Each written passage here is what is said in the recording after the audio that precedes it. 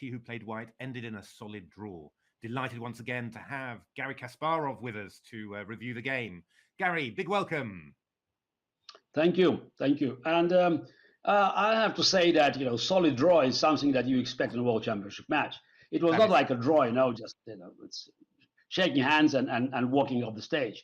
No, it was an interesting game because a lot of things in the solid quote unquote draws, they remain behind the curtain, and we'll try to actually explain it because the relatively short game had multiple hours of preparation, and most likely Magnus found some new ideas for black pieces and these ideas help him to equalize position, which at first sight looked a bit dangerous. Yeah, indeed. It's but I mean, you said that you'd suggested that Jan would keep on playing 1e4 and also try a slightly different anti-martial, and you were absolutely right. Because no, but it's very natural choice, because if he had few other ideas, I think he'll try to, before switching to another move, if he's planning to switch at all.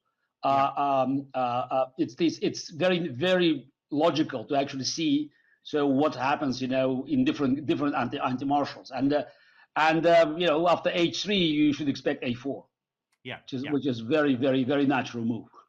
So here we are. We have the same moves as the first game: knight f6, castles, bishop e7, rook e1, b5, bishop b3, castles, a4, and Magnus played bishop b7, not b4, which is a little bit more static. Bishop b7 is more active, I think. d3, d6, and knight bd2, which must have brought back some memories for you, Gary. Yeah. That's you talked about it a little bit, while we analyzed game one, and you mentioned that that was Geller's advice to me. No, not much of a preparation, but basically saying, that would offer you an opportunity to play, a new game. So I open new chapter in anti-martial theory. And in 1993, that was really something new. And I spent next 10 years playing this game a few times and analyzing it deeply. But it seems that now there's much more that has been discovered thanks to computers and more practice. Yeah, indeed. So here Magnus played an unusual move. It's the engine are reasonably happy with it, but it hasn't been played so much in over the board. But you said is basically black has three ideas. So one is most natural. You go knight a5, bishop a2, c5. Just you take some space there. That's one. Yeah, and I played it several times. So I played this against Vladimirov Rapid. I also played against Leko in Linares. Yeah, so that's actually I won. I had a great score there. So so that's one of the ideas. So another idea is you play knight b8 here. Oh, just the idea of it. I'm not sure exactly here knight b8, but it's basically the idea you play knight b8, knight bd7. That's the one of the plans. Not exactly here, but that's the one of the plans. And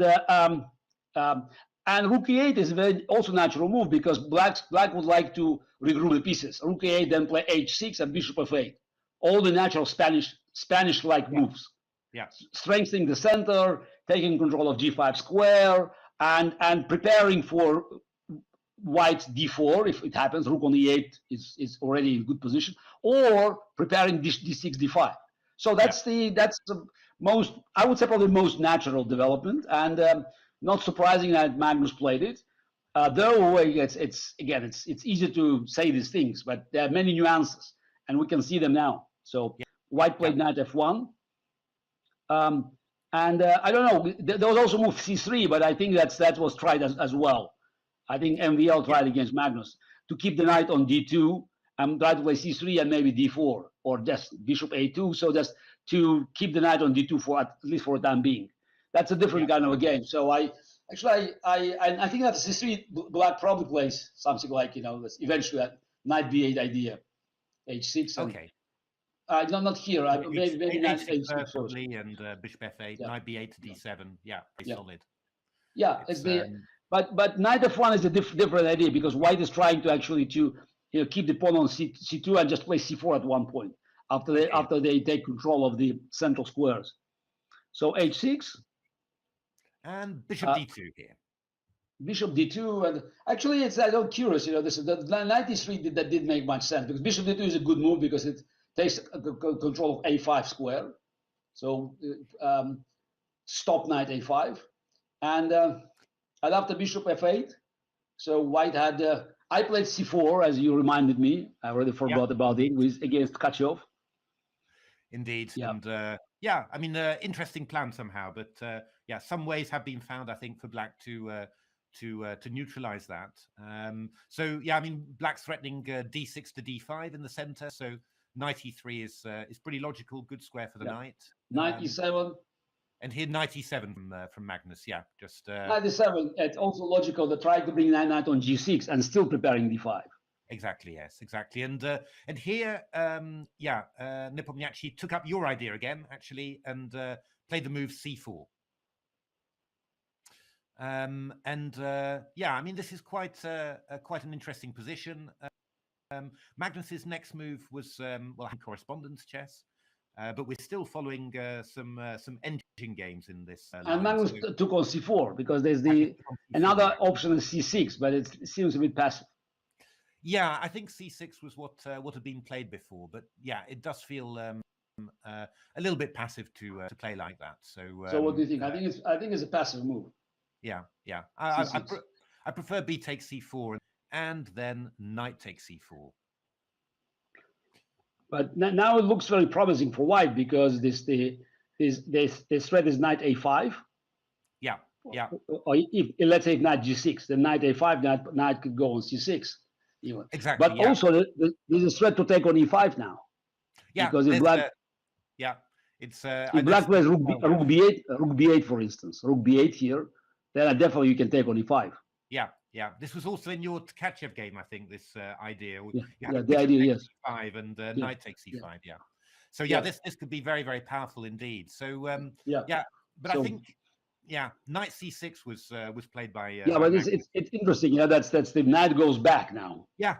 I was shocked when I saw it. I thought, how can this be good? But I guess stopping knight a5, protecting e5 against your sacrifice, and also aiming for the four square. So black's going to play either rook b8 or a5 to try and get in knight b4. It's and here the first real new move of the game was played. There'd been a previous engine game with bishop c3, but here Nepomniachtchi played rook c1, a very logical move. I think knight a5 is actually quite an unpleasant threat in this position. And then Magnus plays a5, and then Magnus played a5, which I think still was his preparation. To be honest, I think. Or he, just played it superbly because this really fitted together absolutely perfectly, like a beautiful solution. So, I mean, after a5, not easy to know what white should do, really. I mean, if the knight moves from c4, for example, I was thinking about, even a move like knight a3. I'm curious, this is interesting. But can you play something like rook e2? Yeah, this is also rook e2. Interesting, yeah. Now I want to play bishop e1 and rook c2. Yeah, because pawn on a5 is weak. Rook cannot move. So I guess I'm going to play bishop c8 here and h3. Yeah, h3, and then maybe bishop e6. Interesting, yeah. Actually, if instead of h3, can I play knight e3? Ooh, knight e3. No, knight e3 now. Instead of here playing knight e3. Yeah, that's possible. Because you want to meet knight b4, you want to go takes and knight d5, yeah. Yes. I want this idea. Yes. No, that's this. I think that's should be good for white. Take knight d5. Yeah, this looks. I mean, I guess I could play c5. Could play c5, I suppose. I don't know how good this position is for white. I can take on f6 and go bishop d5, maybe b3. That would be quite decent, I think. No, I still think okay. There's a game. I mean, that's. I'm not saying it's really good for white, but it's a game. Yeah, Rookie 2 is a very interesting idea. It's I like this position. Yeah, it's definitely an idea, because I think the way that that Jan played it, Magnus had a very concrete way to get into an equal position. I mean, Bishop C3 was played, and then Magnus played the lovely move, because I mean Queen D2 is white's threat, hitting A5, but Magnus the lovely move Bishop C8. Okay. And now if Queen D2, then we simply play Bishop E6, and it's very difficult for white to do anything here. Yeah. It's black pieces are very harmonious. Now Bishop on F8, H6, all the moves they're just part of the plan. Yeah, and it's funny. I mean, black's wasted a lot of time. He's gone knight E7, knight C6. He's gone Bishop B7, C8 to E6, but somehow he's in perfect time. It's quite strange somehow. But of course, white's wasted a lot of time with this knight on C4. That's gone B1, D2, F1, E3 round to C4. So yeah, it's sort of not too both sides have lost time. But it surprised me how how clean this looked for black after Bishop C8. I mean, Jan started spending a reasonable amount of time now. He played D4. Knight takes D4, takes, and then Bishop E6, and this is a very annoying move, really. This whole piece structure, you can't take on A5 because we just play. Well, yeah, we've just got this move C5 actually, which is very unpleasant for white, opening up the attack on the A5 square. So yeah, it's just very difficult. I mean, the engines were suggesting Queen D3, but black plays D5 to free himself, and this position is E takes D5. No, it's a full compensation. Yeah, full compensation. Just two bishops, weak B file. Yeah. I mean, Jan played H3, but I think very quickly we got into a completely drawn position. Yeah, he played C6, very strong move now. Protected pawn on A5 and preparing D5 now. Yeah, exactly. And well, Jan took the opportunity to liquidate everything with E5, D takes C4, takes, E takes F6, and now Bishop B4. Yeah, but very important move, because imagine if white pawn was on A3, white had position big advantage. Yeah, just this is one tiny change. Pawns from A4 goes to A3, and the bishop on C would be protected, and then black would be in real trouble. Yeah, exactly. But this way it just turns out fine, and I mean the weak black pawns, of course, but yeah, lots of activity, plenty of open files, and this Jan didn't try particularly hard, really. Just swapped off the rooks, and Magnus moved his pawn up to F4, which was very handy, and a draw soon ensued. They sort of made a few more moves and then agreed to draw there. There we are.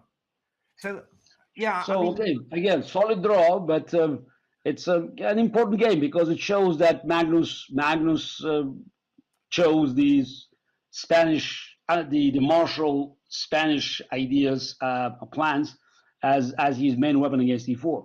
Yeah.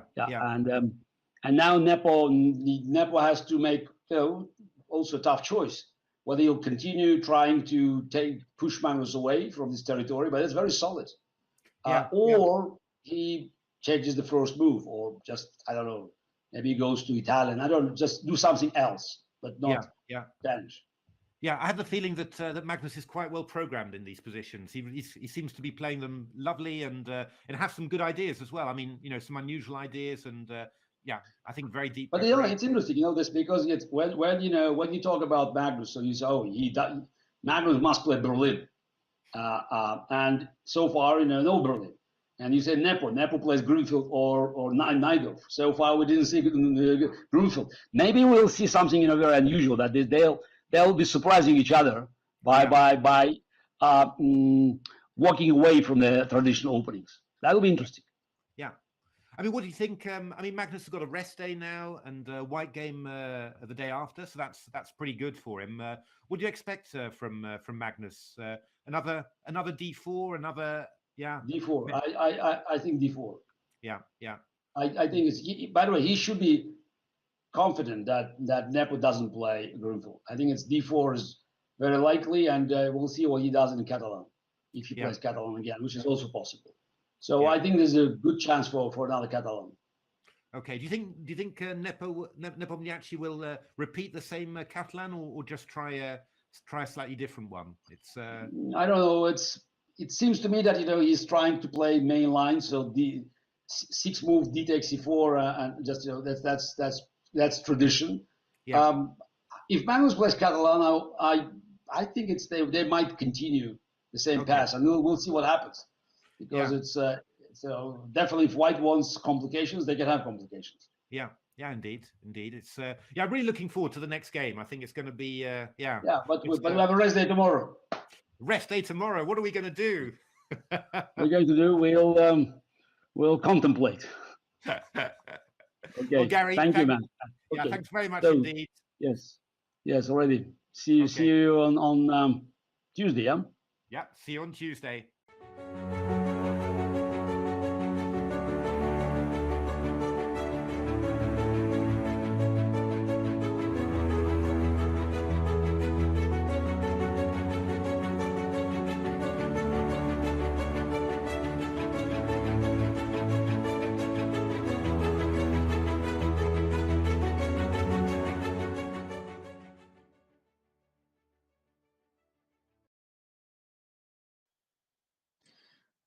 Hi guys, I'm back online, and today I'm going to solve some puzzles, the typical things that I do, play a couple of games, and answer some of your questions on the Twitch. So here we go. Now I'm doing the tactical puzzles by Sopiko Gramashvili, and this one is Discovered Attack. And yeah, let's see, this one must be either Rook H7 first or Bishop G5 and then Rook H7. So if I go Rook H7, King H7, Bishop G5, yeah, that looks like a killing idea. Yeah, must be it. And then when you take, I play F6. Bishop G6. Yes, that's correct. G5, F6, and then Queen G5. Yeah. Next exercise. Queen H5. Discovered Attack is the theme, so it's easier for me to solve it because I already know what the theme is. But I think it's the C4 that is winning here, because then Knight F6 comes, and then Rook G3 check, and the Queen is disappearing from the board. Oh, this is it. Yes. Now, what have we got here? Knight G4 looks like the move. Queen B6 also looks very tempting, and then Knight G4. So let me figure out which one.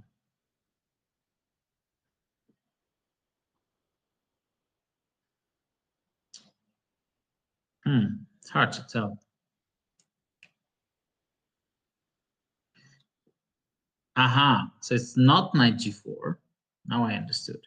It's not Knight G4 because Rook E7, Queen B6, White has Queen E3. So therefore, Queen B6 is the way to go. Very nice. Oh. And now Knight G4. And knight f2 is the simplest.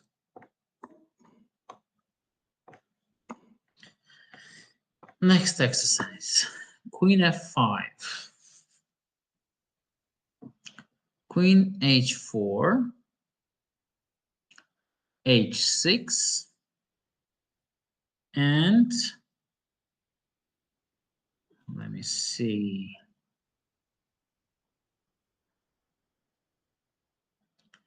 Knight d4, g5. No. And for h6, rook f5. That should be sufficient for a win, but I want to find a clear way.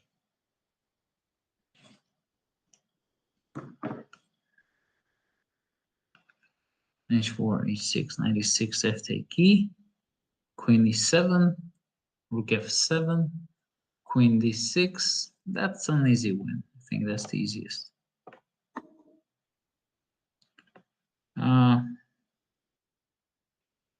I mean, rook f5 is winning as well, but knight e6 is very tempting. Just take on 7, take on d6. Now rook f5. Just simple as that. Yes. All right. What have we got here?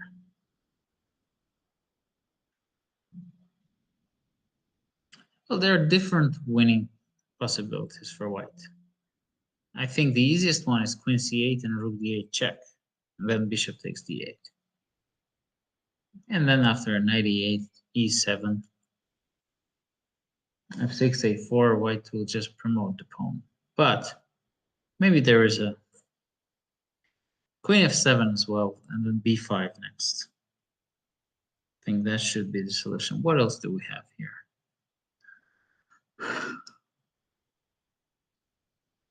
Queen f7, b5, queen a5, queen f6, king g8, and rook d7. Yeah, I think it should be the move. And then just b5. Yes, knight g4, and now king h3.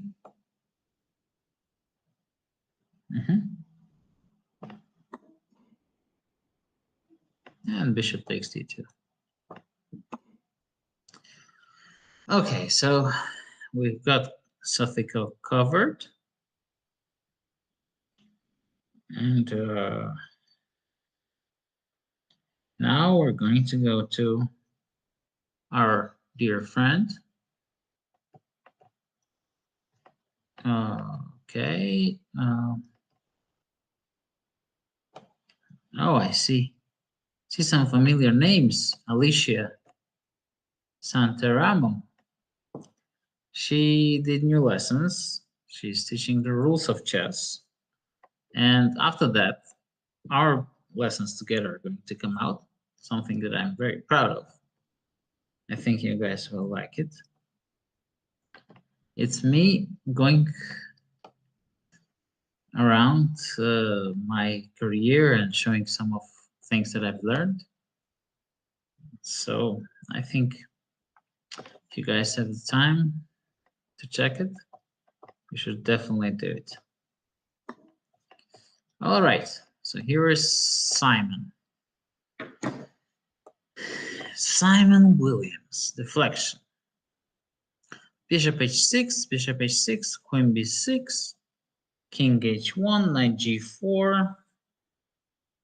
Yes, that works. It's a beautiful intermezzo, bishop h6.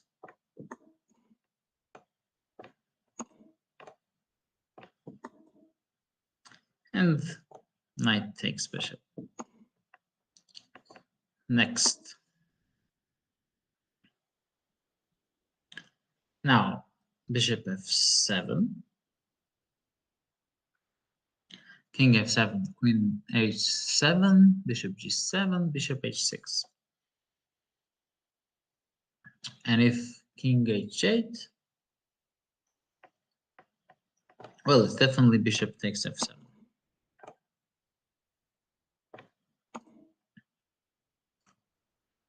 Aha, Now, bishop h6, queen f6 is coming.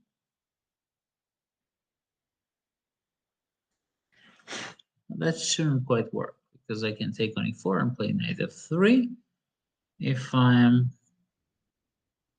lazy. There has to be something more than that. Okay.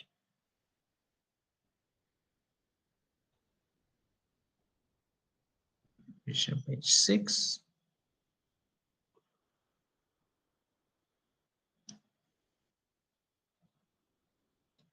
That's just winning. I mean, can also try to play simple bishop h6 and knight e4, knight f3. Then we got an extra pawn there in endgame, which is an older attack. I think it's easy.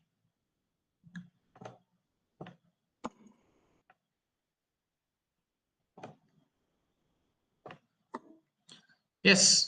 So the point is that if black goes king f8 here, then rook d6, queen d6, queen g7, king e8, queen g8, knight f8, bishop f8.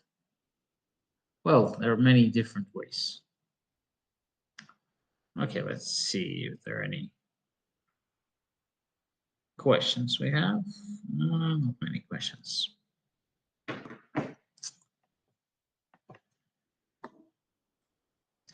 Aha. This must be bishop h6.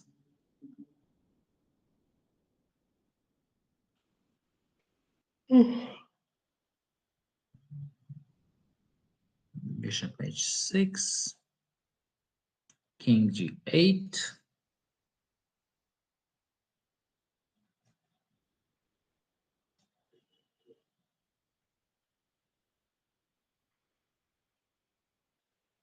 Or knight g6. If I take knight g6, black takes f takes j.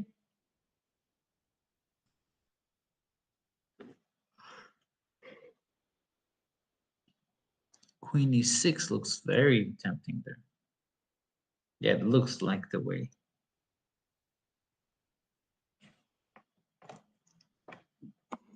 Queen e6, and then queen f7, rook takes d7.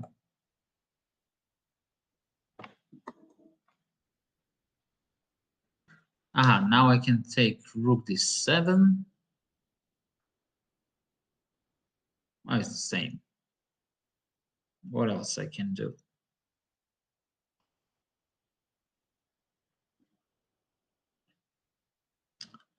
Queen f7, rook d7, knight d7, bishop e7. It's just simply winning, yeah?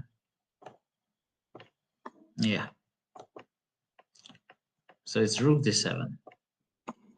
Yeah, it's more or less the same. Maybe this is a little bit more precise. Yeah. Tiny bit more precise. Okay, queen e6. b4 looks like the move. Just deflecting the rook. But b4 takes... No, he has rook c1, and then with... Yes, that's a beautiful puzzle. Because after rook c1, we have rook d5, queen f6, and queen f7. Utilizing the pin. And just rook c1. Yes, if here he went queen d7, then queen f7 would follow. Utilizing the pin and capturing the queen. Queen d2. So rook e8 and rook f8. This is what is obviously spotted by me.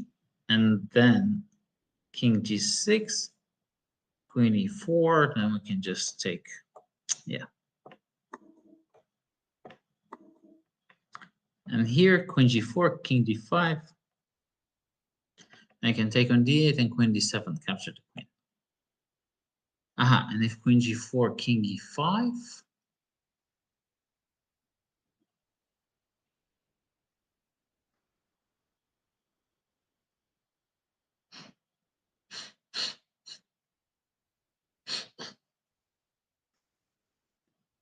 Then rook e8. No, what am I talking about?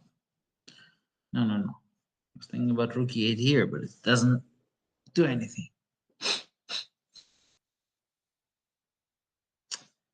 And okay, if queen e4, knight e5. Let's think. Queen g4, king e5.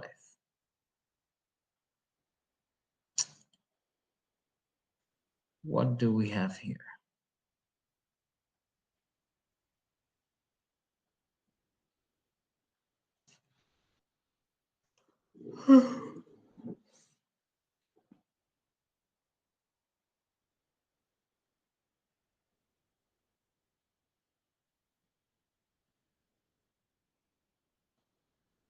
Queen h5. Yes, queen h5, and then king e6, queen f7, and then queen h5, and then rook e8 check after king e6. Yes.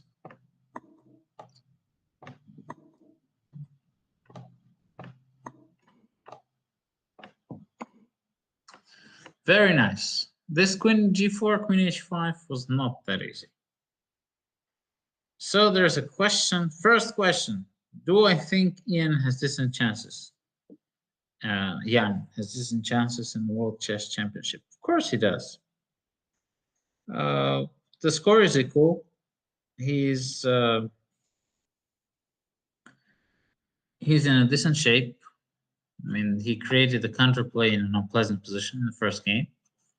So yeah, there are some chances. But I think the initiative is in Magnus's side at the moment. But it's a long match. Now, we're gonna learn,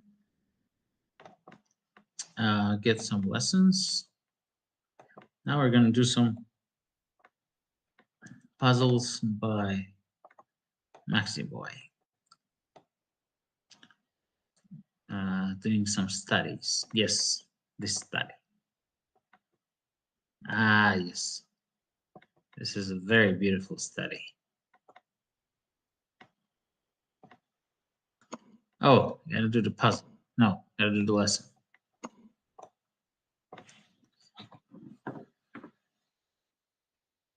This is the, yeah, this is a puzzle with the perpetual somewhere. Okay.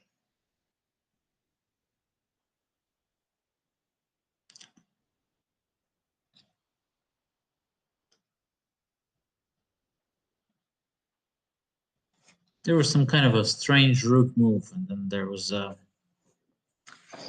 was impossible for black to avoid the perpetual. But let's try to solve it.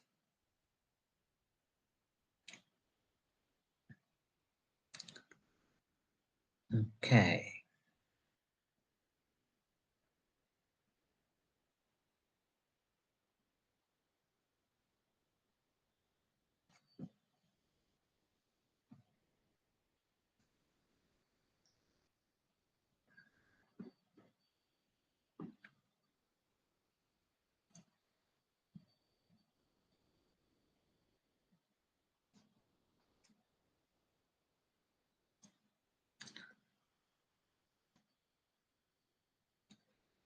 So rook a7, king c8, rook a8, king c7.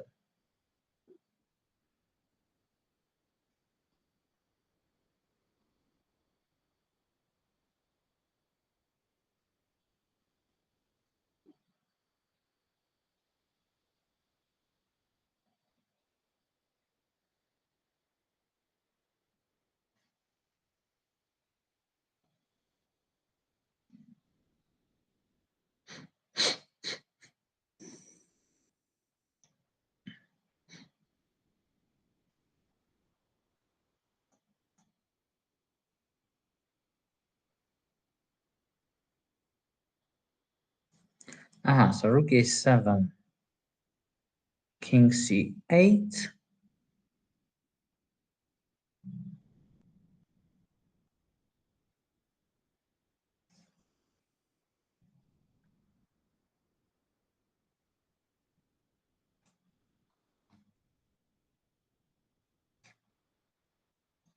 Mhm.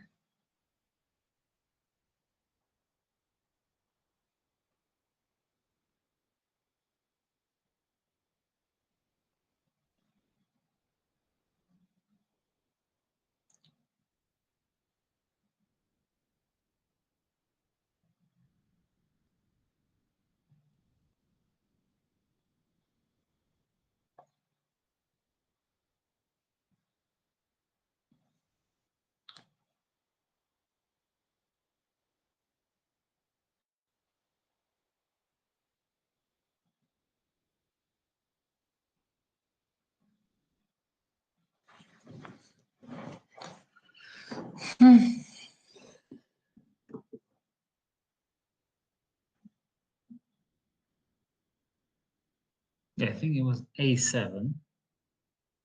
Yes. A7, Rook A4, Rook G8, Rook BA6, and then Knight H6. Yes. It's good to remember those things.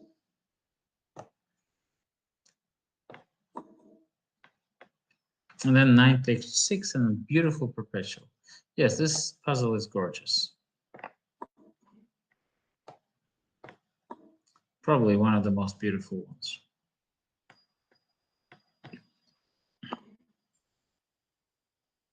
Okay, and this one is fairly easy. You just got to get rid of the knight and run after the rook.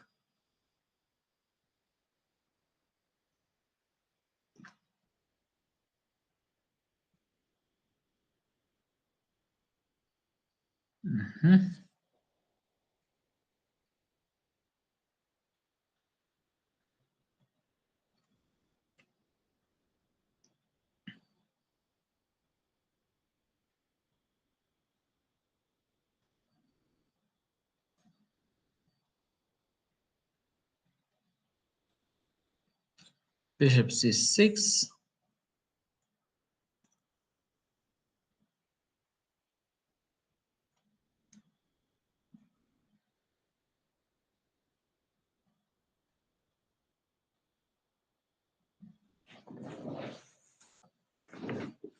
I think it's bishop C6.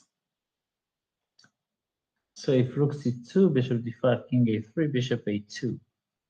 This looks like a draw, doesn't it?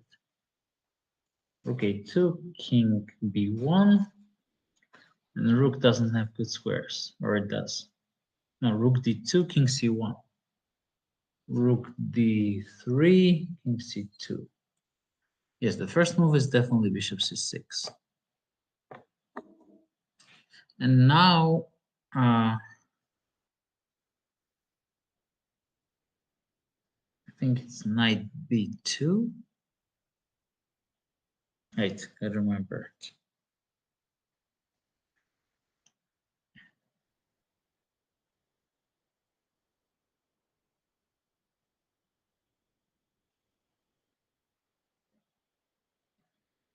I think it's kind of your trapping the rook. Yes, it's knight B2, rook B2, bishop A4. Or bishop D5, yes, bishop D5, and then, no, what am I talking about? Knight B2 takes bishop A4, then king C3, bishop, no. Knight, no, it doesn't work like that. Wait, concentrate.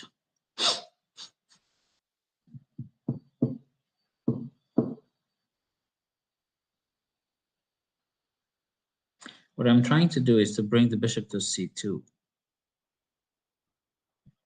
And after rook B2, bishop A4, king C3 is the problem.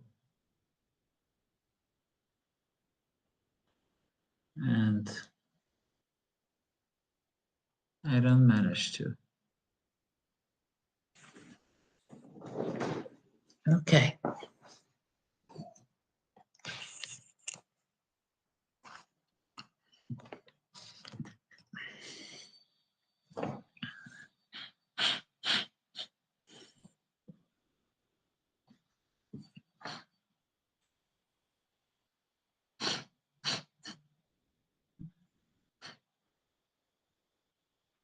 King c3.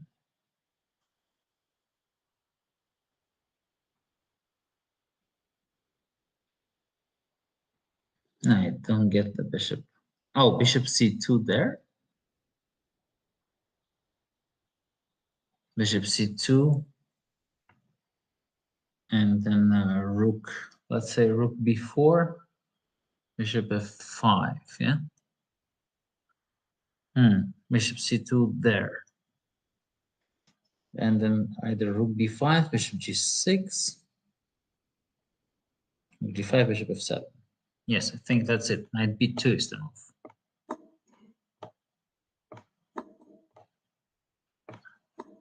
Yes. Well, I partly remembered it, partly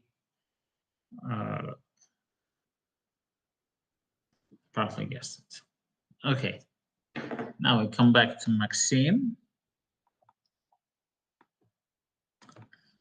And we do let's do the Casparian study. Ah, yes.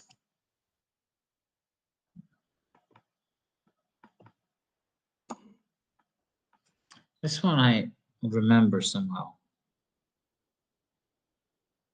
Keep on solving this puzzle. But now I got to remember it. Wasn't it that you just leave the bishop on b1 and then you have this rook f5, rook a5? Okay, how does it work?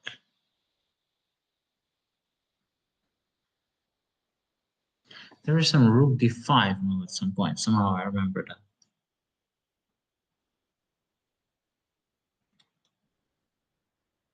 Okay, let's look at it. If I play rook f3, yeah, then queen h2, queen g1. No, that wouldn't do it.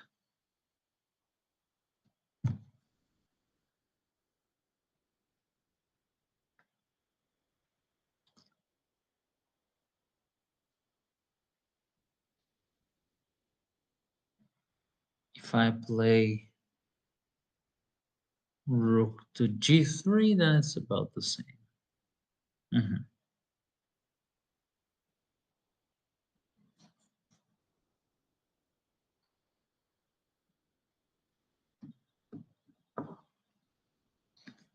So what about king g4?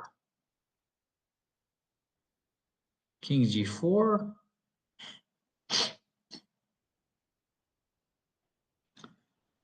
Or king g5. No, king g5, queen c1. So it's king g4. If queen c4, then king f3, and then rook d5 on the next move.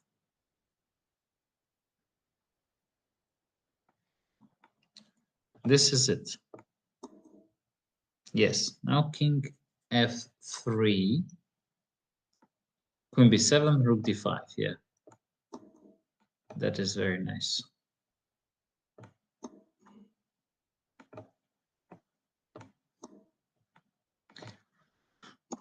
Ah, yes, this one is very famous and very beautiful. It's bishop g5, b3, rook d2, king a1, f7. Yeah, this is incredibly gorgeous. When I was little and I was solving it, I was always so impressed. And actually, mainly the puzzles that made me fall in love with the game of chess, because this is incredible. You have only one way to win, and that's the way to win. By stalemating Black King. Okay, so this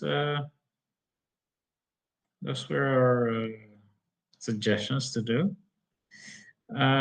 Do you? Okay, here I have a question. Do you think that Nepo prepared Ragozin variation? I kind of think he prepared the improved Tarish because it's extremely solid. The fourth move c5, and nowadays people don't really know how to get an advantage there. So, okay, now we're gonna play some games. Now let me exit. Let me go to my. Ah, yeah, it's just the bell. And now I'm gonna play with you guys. And then I'm gonna answer questions. Okay, 3+2 standard. Oh, let's go. 3+2 sounds great because I'm on a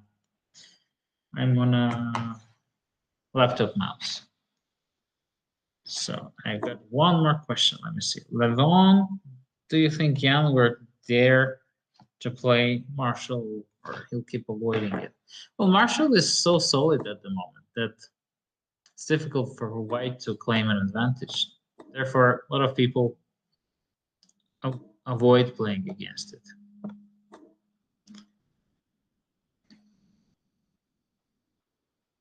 One more question. How can I play against him? Just challenge me in Kasparov chess, and then we'll play. Yeah, this is a well-known line. Black has to be extra careful because he's losing some tempi in order to develop. So knight h6 is a typical way to develop in this line. Get the knight to f5, and then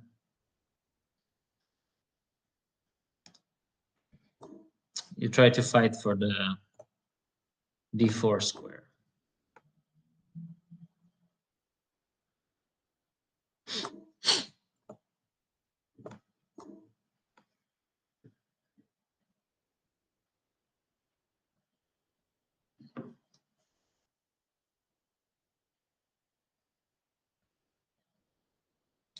Do I think Jan has got an influence of Lecco in his prep? Well, Lecco is a very experienced player with great knowledge of chess and very easygoing guy to be around. So I think a great second. I definitely think there has to be a lot of influence because Jan looks to be playing in the most solid way. So I think that is a good influence. But generally, I think when you're playing a world championship match, I haven't played one, but I'm guessing you have to be influenced by many people, not by just one. So, and try to understand where are your chances. So right now, I think Magnus is playing his typical openings. I mean, he's not really looking for surprises or to surprise Jan in some way. So what I'm guessing, he looks at this match and he says, "I'm good at my openings, and I'm confident with what I know. So let's see what my opponent has to offer me." And that is a different approach from one he took in his other two matches. So it's kind of interesting. I think. Oh, there is a great question. How's Ponchik doing? Ponchik is doing wonderfully. He's a great boy, and I left it my girlfriend's house right now. I'm in Yerevan at the moment, so I'm going to, once I finish those games, I'm gonna go back to Ponchik. Okay, what is the other question? Do I expect Catalan tomorrow again? No, I don't think Magnus will play Catalan again. he's going to try to play different openings just to see what is the plan for team Nepomniachtchi, and then he will find where he wants to strike. That's my guess. So I'm expecting first e4 tomorrow.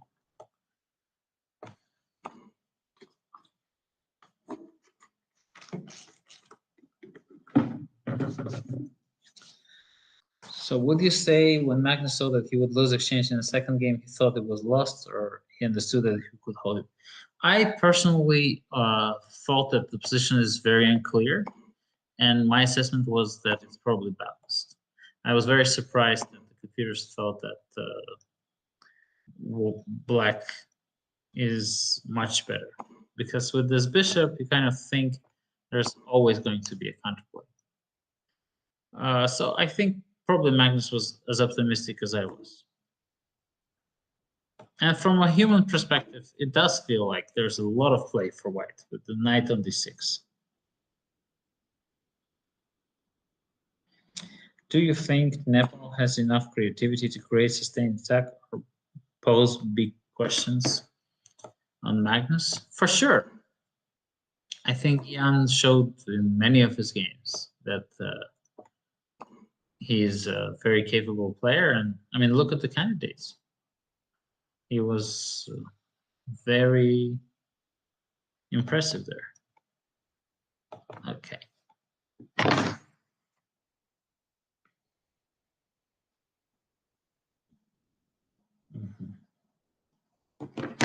All right.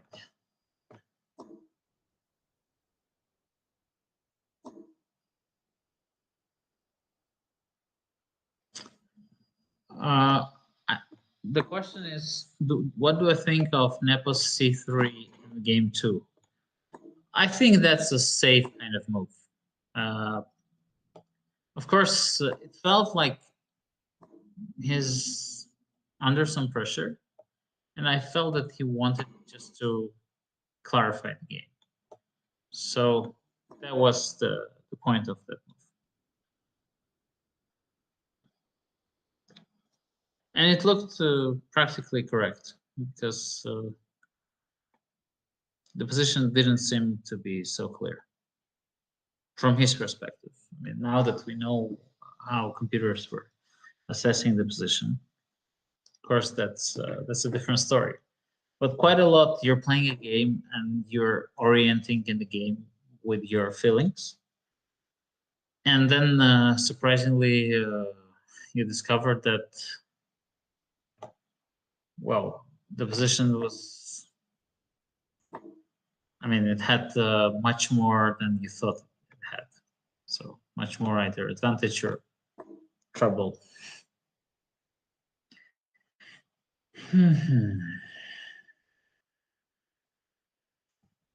So the question is, what's your next aim in career? What do you think about your World Championship chess? Can you do it? Well, I mean, I'm motivated and concentrated, and I have examples of my colleagues that I admire a lot, who did it in my age or maybe slightly younger. But I just love challenging and love fighting, and I love trying to be the best I can be. So if it happens, if things work out, they will work out. But it's not that I'll be very surprised if one day I win a strong tournament and get qualified for the World Championship.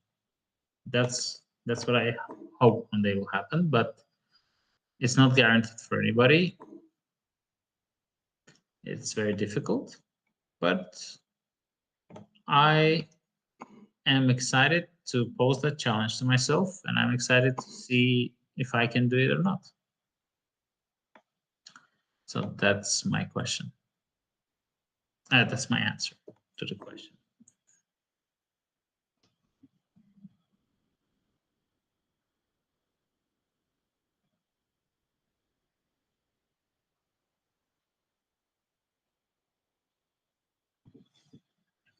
I'm trying to make sure my opponent doesn't castle in this game. But probably I could do it in a better way.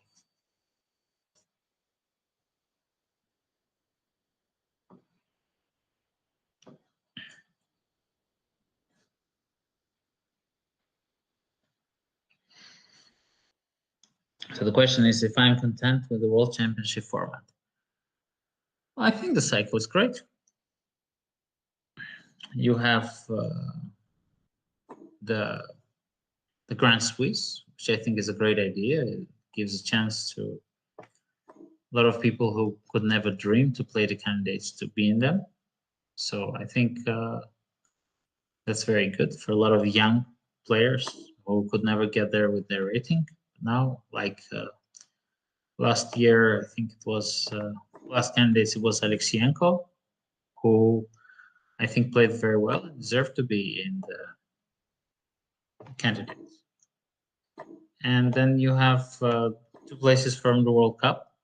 Of course, World Cup is a very tough tournament, and to get 2 spots from there is very fair. And then you have something that is called Grand Prix, which I am going to take part of. And I also think that it's very interesting. It's kind of mini World Cup. You get 2 tournaments, and 2 players will qualify from there. I wish it was maybe 3 tournaments, but I understand it's difficult to find a financial incentive to organize such a tournament for many organizers. So far, I have no objections. I only wish I was healthy when there was the World Cup, so I could have one more chance. But that's the part of the game. I mean, other sports people don't complain when they miss out on an event because of an injury. So tough luck. But I'll try in the Grand Swiss and I'll see what happens. Okay, let's go for some tricky stuff. Let's see if it works. I spent too much time not concentrated, but okay, I got lucky. I can take it. I was hoping for something like this. Okay, now I have to be fast with my laptop mouse.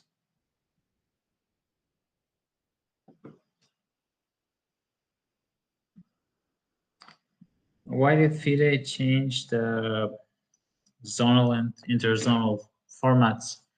I honestly don't know. I think they wanted to, get rid of the system where if you're representing one country that is very good at chess, some people will miss out on the tournament. What happened many times with Soviet players. But generally, I think we have no reason to complain about the qualification system to the World Championship.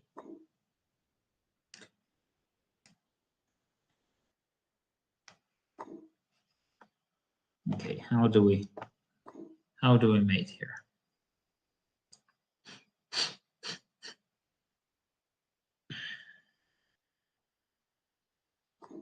Solving all these tactics should have helped, but it didn't.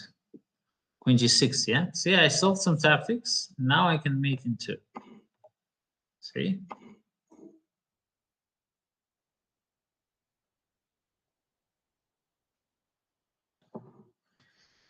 Okay.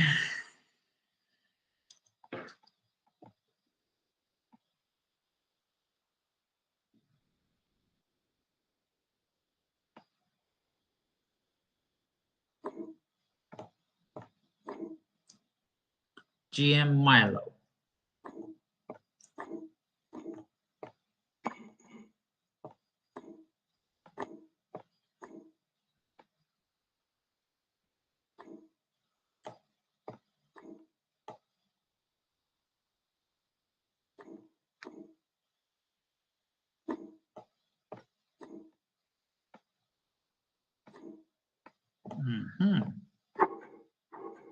Very, very solid approach. All right, GM Milo. We'll see about this. Rook C1. Knight B6.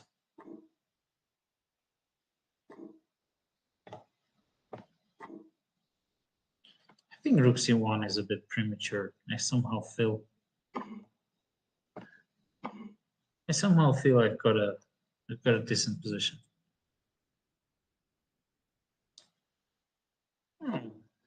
I'll go for D5 soon enough.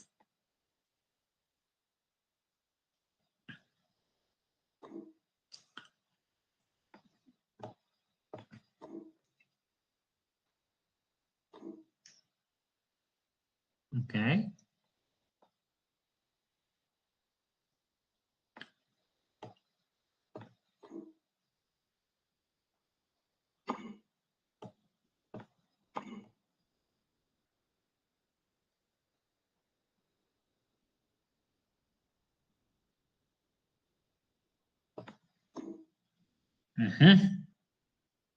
What is this? Actually, I want to take on C3 and let him keep his bishop on C3, because the bishop is rather unfortunate on that square.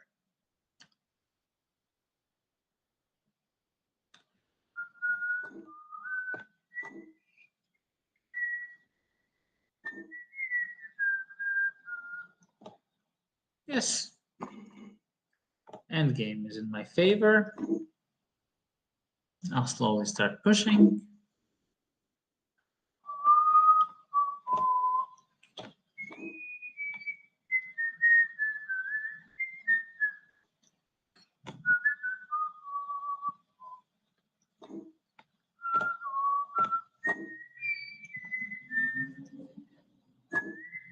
What is this?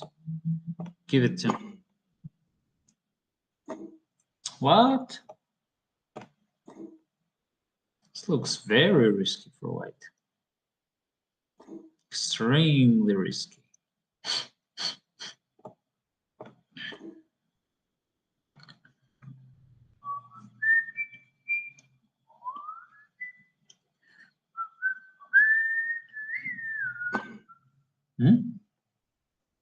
What if I take? And now, two bishops. The snipers of the game of chess.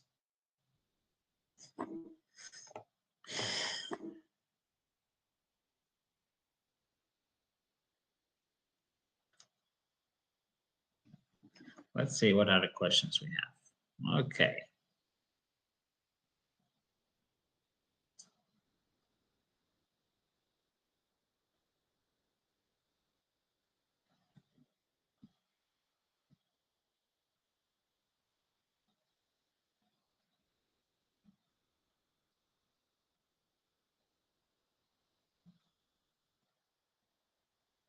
No, I don't have plans to start streaming anytime soon. I'm concentrating on improving as a chess player, so it will just take too much time. Shri Shirov. I think Shri means saint or holy. I like the name Holy Shirov.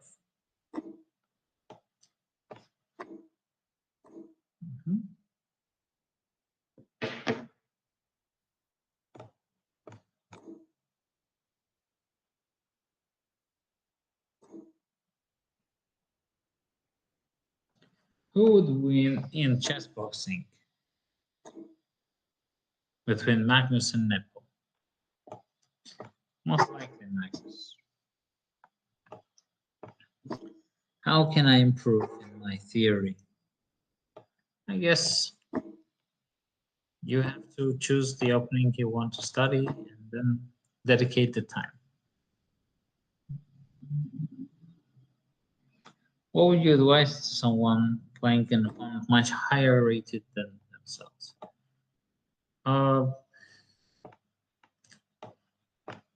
I think when you're facing somebody much higher rated than you, you should. They will expect you to play passively.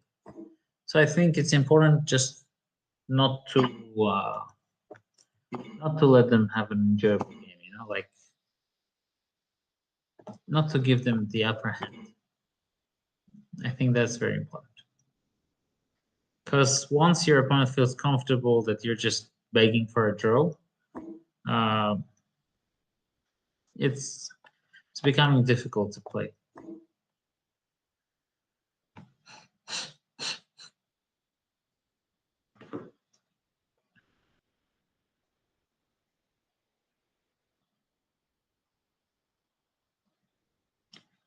Jesse, you will have a better tournament. At least you fought. At least you were close to winning in some of the games.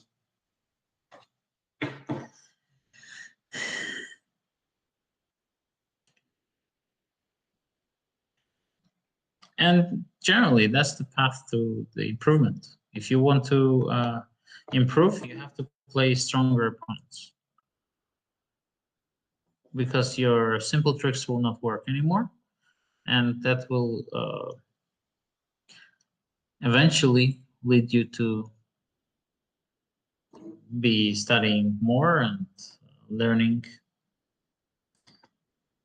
new ways to play, and you'll become a better player.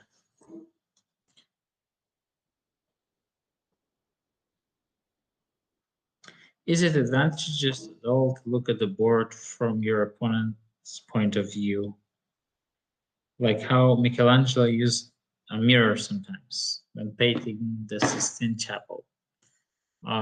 Beautiful analogy. Thank you for such question. I love art and I love Michelangelo. And I'm stupid because I could have played bishop c4. So, well, I do that a lot, and I think a lot of people do it as well. On the top level, you leave the board and you go and look at the board from the other side. I think it also very helpful, like when you're preparing, you know, to look at the game, your own games. You look at your games from a critical point of view, and you're kind of saying, "Aha, what's wrong with my prep? Where is he going to catch me?" You know, I do that a lot as well. Generally, every time you reflect on yourself, that's the way to improve. To look at yourself from the side and try to stay objective. Okay.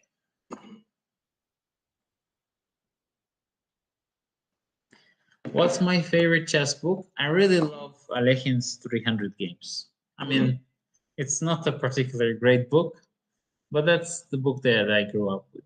That's the book that I was most inspired with. So, Alekhine's book of selected wins.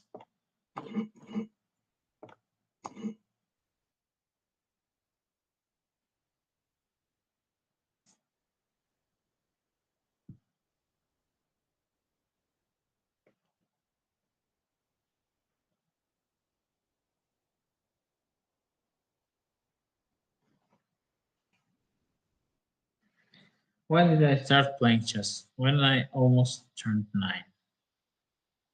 Well, at what point did you realize Magnus was exceeding you? I haven't realized it yet. I mean, obviously, he's much more successful than I am in a game of chess. But I like playing against him, and I like trying to beat him. So, is he a better player than me? I don't think so, but the results tell otherwise. So probably it's. But I believe that if I work hard enough, I'll get a chance to beat him. Am I delusional? Maybe, but I don't think so. We'll see.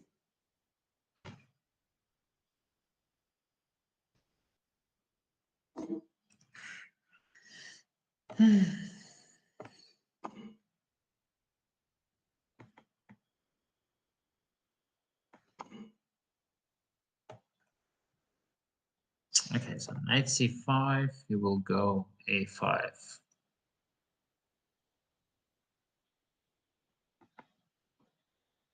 Let's go g3. And then rook d3, just. Are you going to World Blitz and Rapid? Hopefully. Hopefully the borders will be open and the country where I'm planning to go there from United States, probably. I hope that the new the COVID variant will not stop us from traveling. Really help. Okay.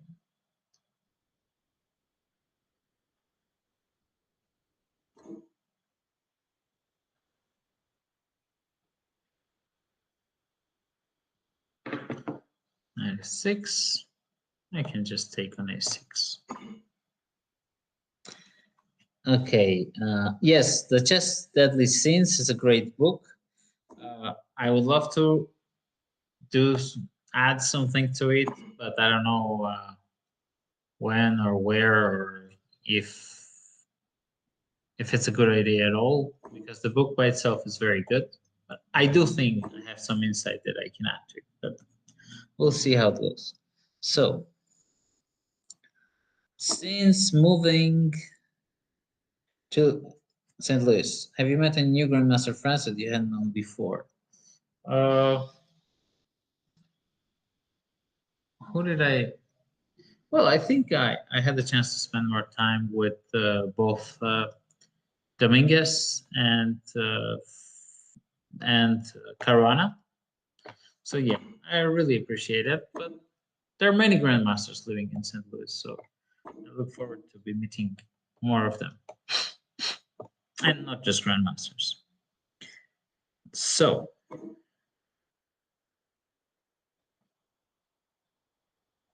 So, hey, Levon, what do you think of Kurds? Well, they are a big nation, and they are in our region, in Armenia, and also in neighboring regions. I personally don't know many people that are Kurdish, but well, they're close nations to us. Clearly, they share similar culture to us, so I don't see a reason why not to like Kurdish people. Okay, would you suggest a good book from intermediate players who are stuck? Yes, the Seven Chess Deadly Sins. It's a good book for intermediate players. Once you said you cried after a loss to Envila, was it that joke? Yeah, that was probably a joke. I I do cry. I do cry, but I mostly cry when I'm actually watching some chick flicks or any kind of movies or anything melodramatic, but not after a game of chess. I do get upset, but not to the point that I'm crying. I think that is very rare. Okay. So, what do you think is the best way to study Jerui Lopez? Well,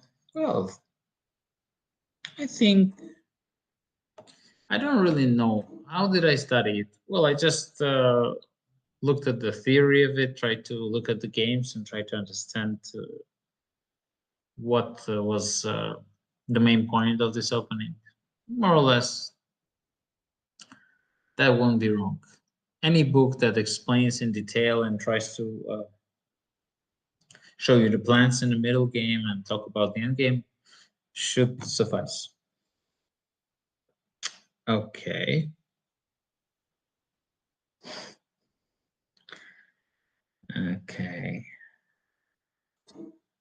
Levon, your favorite chess game and the player. My favorite chess game. That's a tough one. I actually don't know which. I love really many games, but I cannot really point a finger on like really good games. Okay.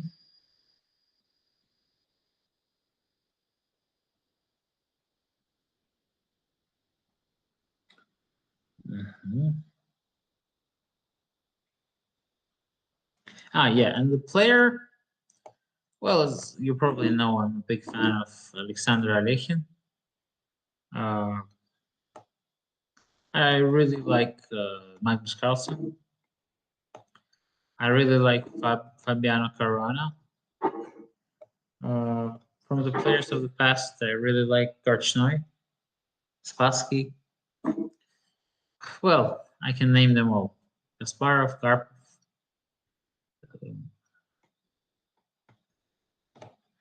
Fischer, all the world champions, all the candidates, and all the guys who were there and taught us how to play this game. How do you assess Caruana's commentary? I think his commentary is brilliant, and he's a brilliant player who understands quite a lot. And he normally, his insights are normally very on point and very personal. So yeah, I love listening to him because he's very kind of, he's revealing things that you can learn from.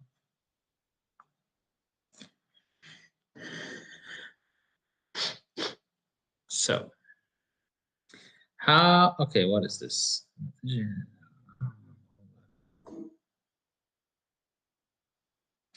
So what black magic do I know? This I don't know. So Vishy said something that Aronian knows some black magic. I think I have a good score against some of the players, not because of the black magic. And that helps also, casting all these spells and burning the voodoo dolls and all these things. But moreover, I think it's the good play and that our styles match. So I think that's how to explain it. How do I improve the calculation is the question. Well, you have to solve the puzzles, play a lot of blitz. That's normally what I would suggest. Okay. There are many talents in India, and there is Vincent Keimer. I think Vincent is a very talented player, and he's definitely going to be great. You can see he's very fundamental, and I think that's extremely important. So I think Germany has a great future in him in chess, and I hope they will support him because you can feel he got his fundamentals from Lecco, but he is also positionally very good like Lecco, but he's also very brave. So I'm a big fan of a lot of young players. Knight c8. Am I just randomly shuffling pieces without really producing something good? Probably. Okay. What do you think of weird interview questions at the World Championship? I didn't really watch any of the interviews, guys. Not that I'm not interested. It's just I don't know. I'm actually currently just studying and trying to learn some new ideas for the World Blitz and Rapid, so not so much time. Okay.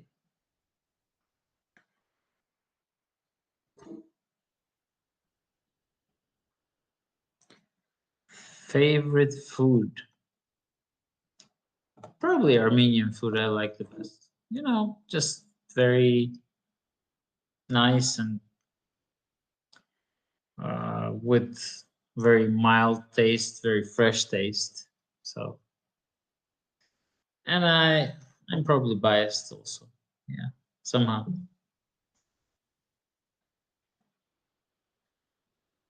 What would you advise to someone who's around 1,500 feet, outplays 1,700s, but throws against 1,200s? Well, I think I have more or less the same problem. I often outplay 2,700s, but then I blunder against 2,500 players. The advice is to probably solve more tactics. Is, you know, there are many advices, but this advice never fails.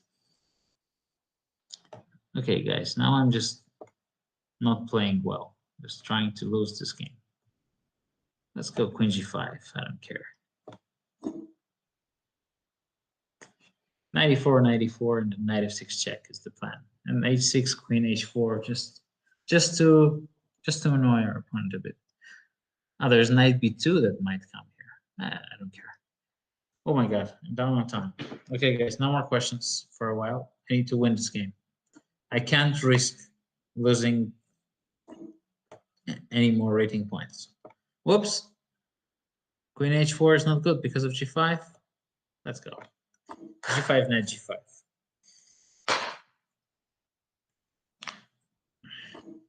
Knight H5. This is highly peculiar. What if I take?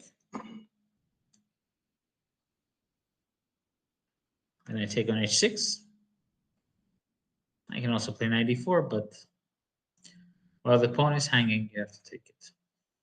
That's the general rule. Or not. Let's go Knight D4.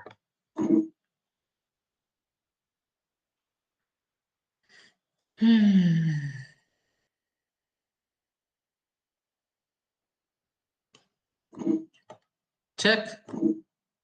Yum yum.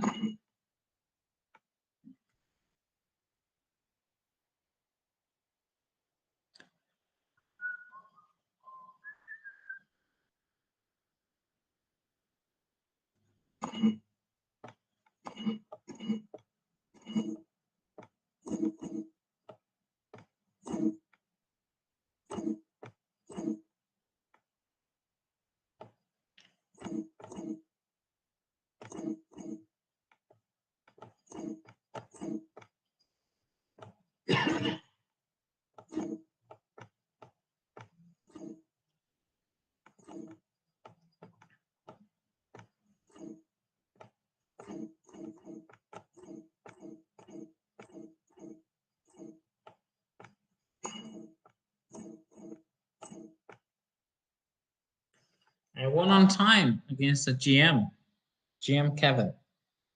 Okay. This was a good flagging.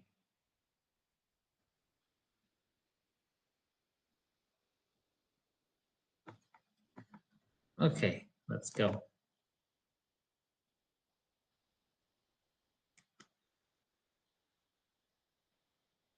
What's my most memorable tournament and why? I think probably winning my first World Cup was the most memorable because it was my first major success, and I was there for almost a month in Khanty-Mansis, and I was alone, so it felt special.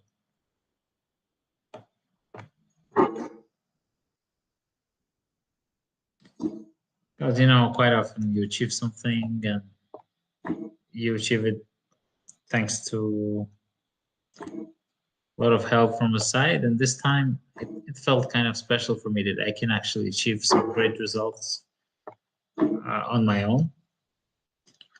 And yeah, I find some satisfaction in doing things, without anybody's help. It feels good. Although, yeah, doing something with somebody's help also feels good. But I think it's just to, I got my confidence after that tournament. Name a few attacking games. Let's say Aronian Volokitian. So that's a game where I delivered mate. Attacking game. I know you didn't want me to mention my games, but why not? I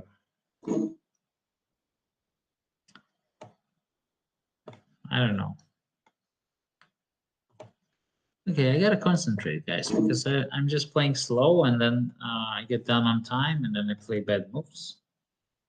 And then, so do I know any stories about Yasser?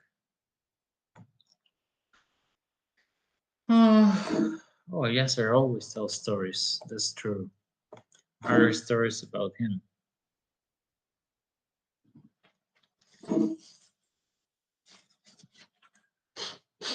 Now I have to remember.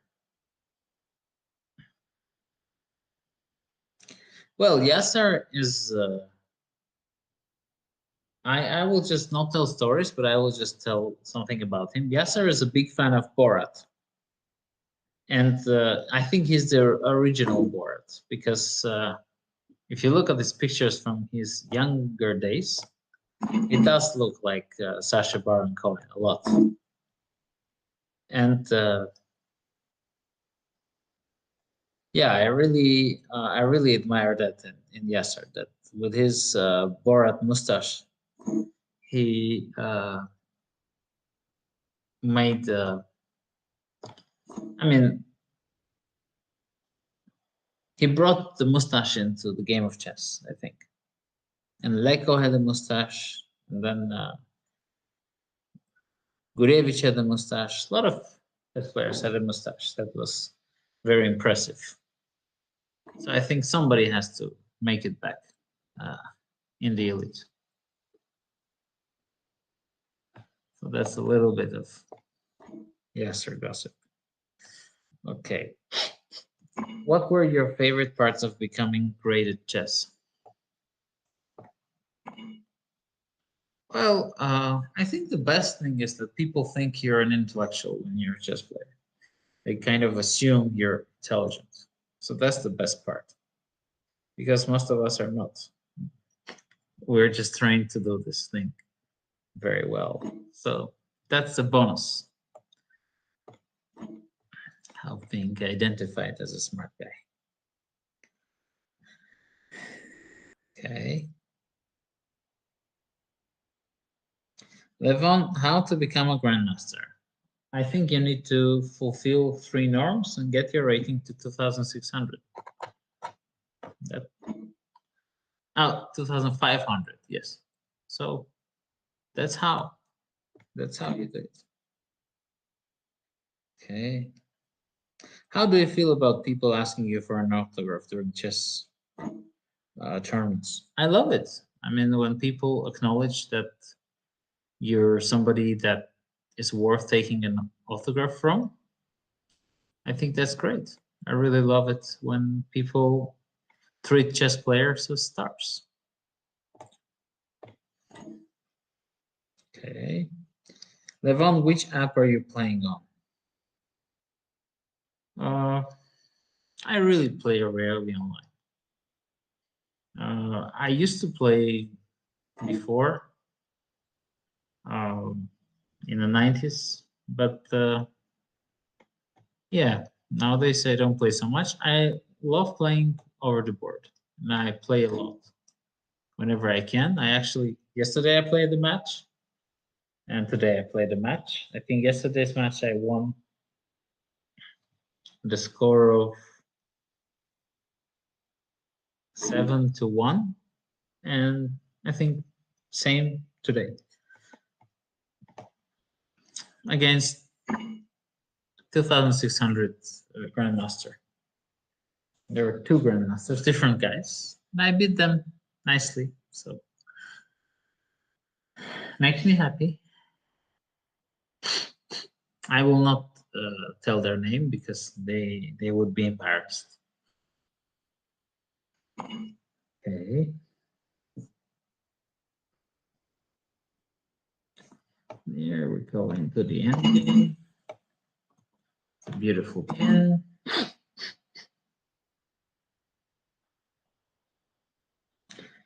Is transition from French defense to Caro-Kann a good idea for positional players?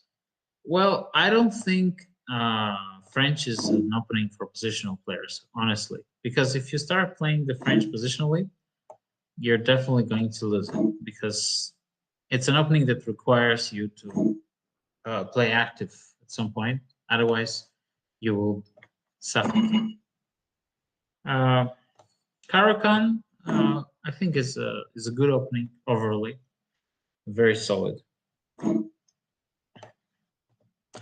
So yeah, maybe it's a good transition, but it doesn't necessarily mean you'll become a positional player. Okay, Levon, your plans on writing a book? No such plans yet. So far, just trying to improve the game of chess and learn new openings. Can you tell how you discover novelties? Is this only engine work? It's work that you do with an engine. You basically try to look at the lines that are that engine thinks are worth trying but are not so good. So that's what really novelty is. Just something that is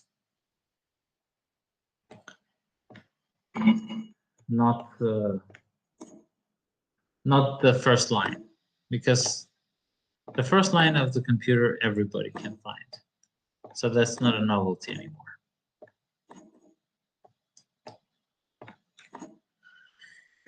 I don't. How much did I improve after I became 18 years old? I don't think I have improved much after I became 18, but I've learned to. I think I've learned to control my emotions. That was the main difference maker. I was at times very emotional. You know, trying to win the game quickly or try to.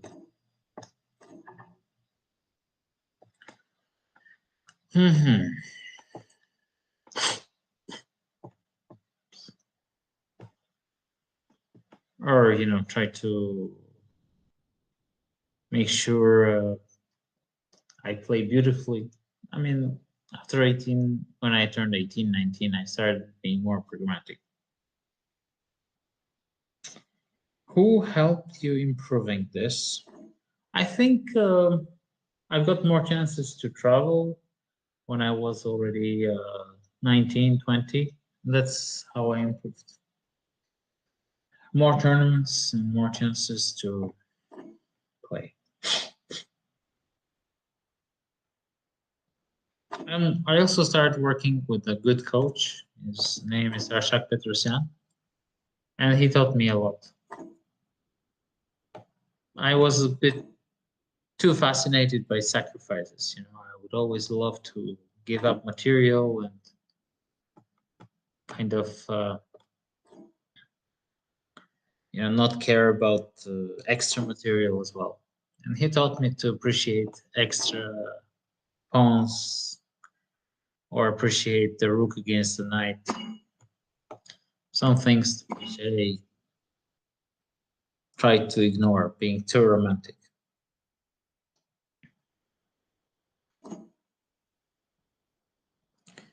Why is Grunfeld principle incorrect? I don't understand it. Grunfeld is a great opening.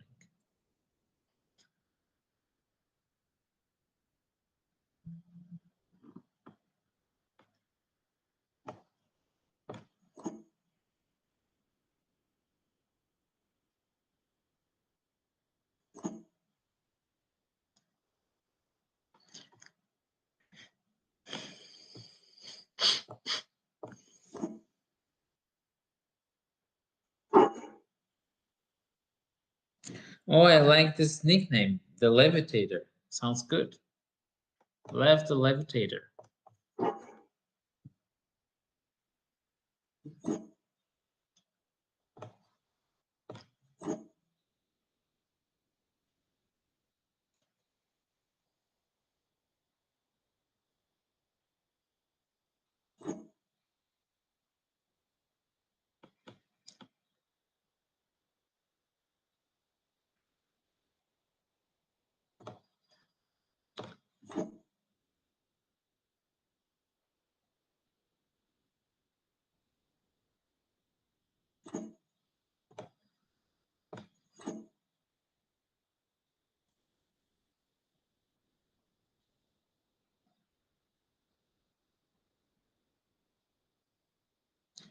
Why did Nepo give up Grunfeld in this match?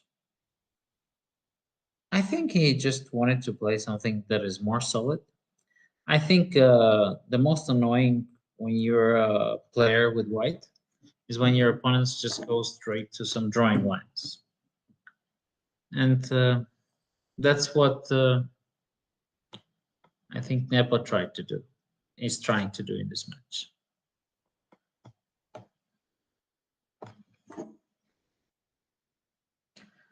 I do think chess is a sport because in the end of the day, no matter how beautiful your play is, the result determines how successful you are. Should I take G take F just for fun? Let me take G take F.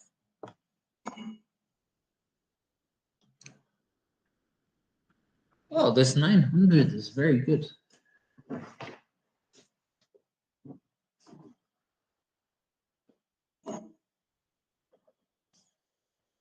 The 900s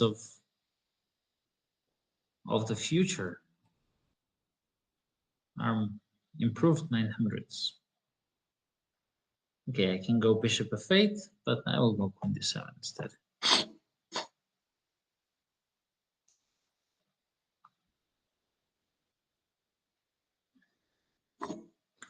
Why is chess not an Olympic sport? No idea. It should definitely belong. I mean, there are lots of researches that show that chess players lose more calories than a lot of other athletes. So chess should definitely be in the Olympics. What's your favorite Sicilian? My favorite Sicilian is Najdorf Sicilian. I played Dragon when I was little, but Najdorf is more flexible. After Najdorf, you can play all kinds of Sicilian. Why do you think the women are on average worse players than men? Because they don't compete with men. If women compete more with men, I think in time, soon enough, the difference will be very little. I do honestly believe that women can and should be playing with men and should be beating them.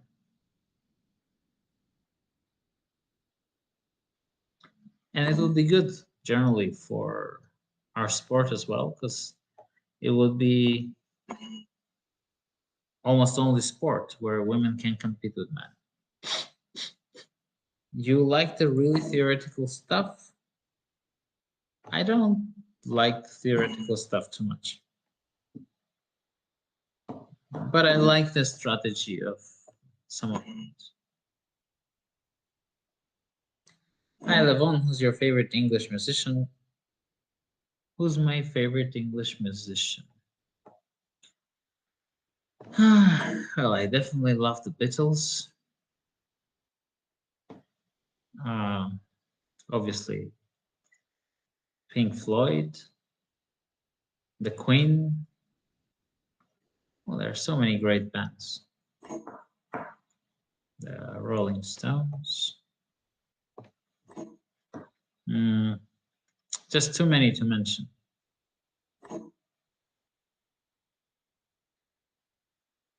Oh, was it English position? Why did I think musician? Ah, yes, English musician position.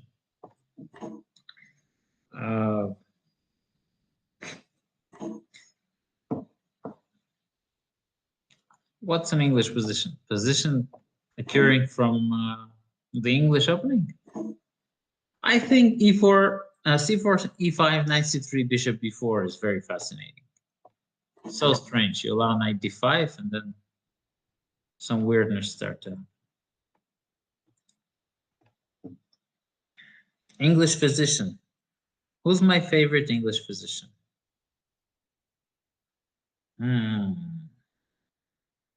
I have a couple of friends that are physicians in England. They must be my favorite, yeah. Which celebrity you would rate a perfect 10? Which celebrity would I rate a perfect 10?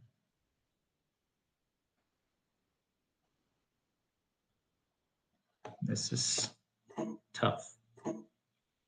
I don't rate any celebrity perfect 10.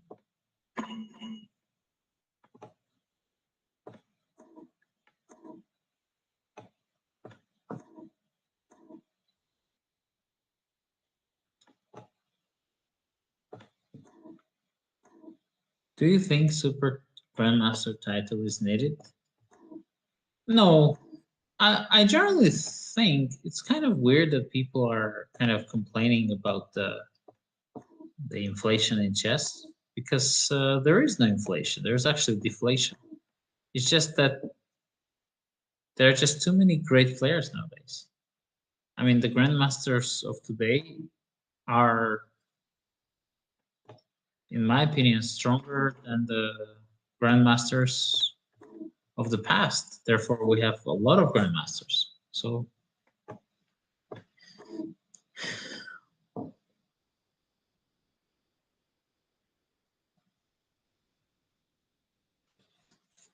would you be able to tell where is the Dominican Republic located? Well, I mean, it's near Cuba. So, and great musicians from there. I mean, the whole region is great for music and the nature. What do you like about Alejan in chess? He's kind of a guy who learned quite late. You know, he improved quite late, and he went on a long way to the, you know, to become one of the best in the world. So that is something I appreciate in him, that he never gave up and just worked his way there.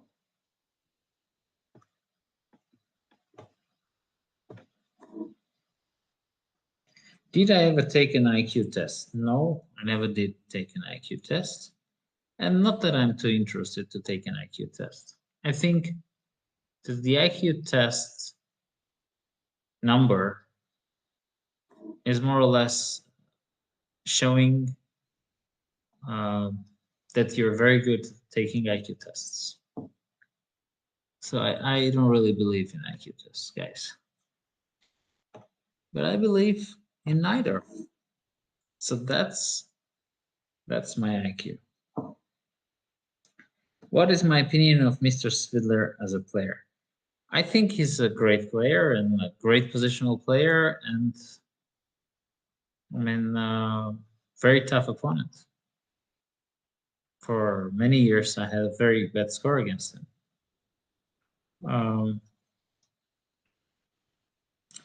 I think the reason why he didn't become much better than he is, although he reached some incredible achievements in Russia and all the world, I think he's a bit too friendly. I think he's kind, and he never wanted to kill his opponents. I think he has this kindness about him. Same with Michael Adams. I think they're in. I don't really compare them because they're different type of players, but this nasty character, I think that's what was missing in them.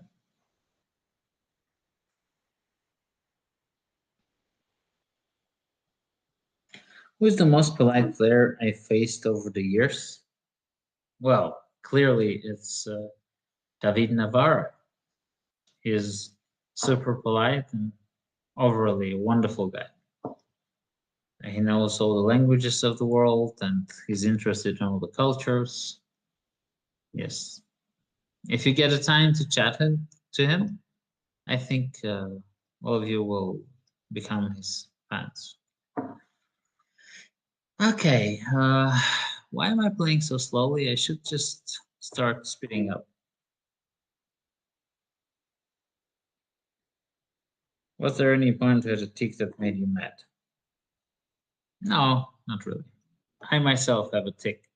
I mean, I always like try to straighten up my shoulders.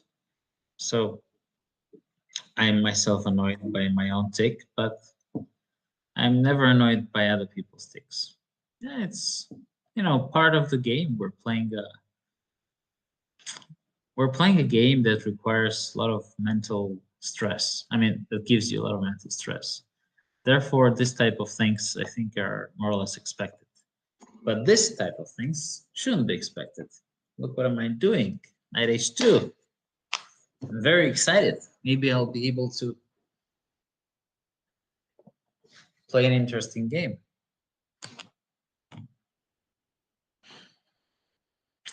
And I'll answer the questions later.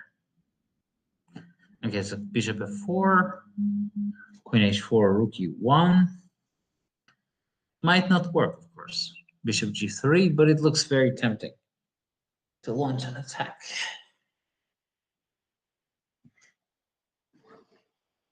And at least I'll get back.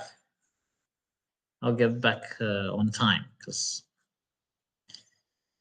in that paragraph, I mean, I'm missing some vital seconds. If I had 30 seconds more, I think I could relax. Okay. Oh, it's with increments. I forgot about that. Now, bishop g3, I think, is the move.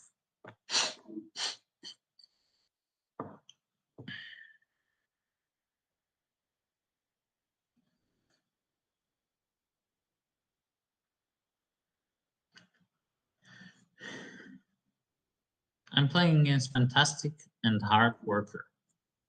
Rook d1 does not look right.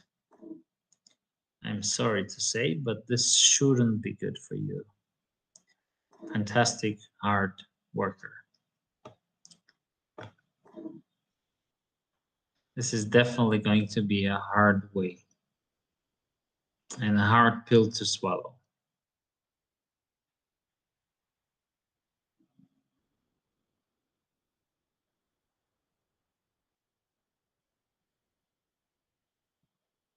Oh, I think queen d4 was available. Then I wouldn't know what to do. 94? Give it to me. There we go.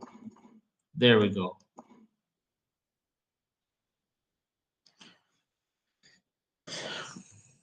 The mate is lurking. The queen is getting in there.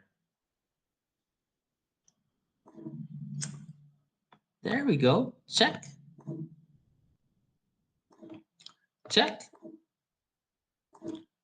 Yum, yum.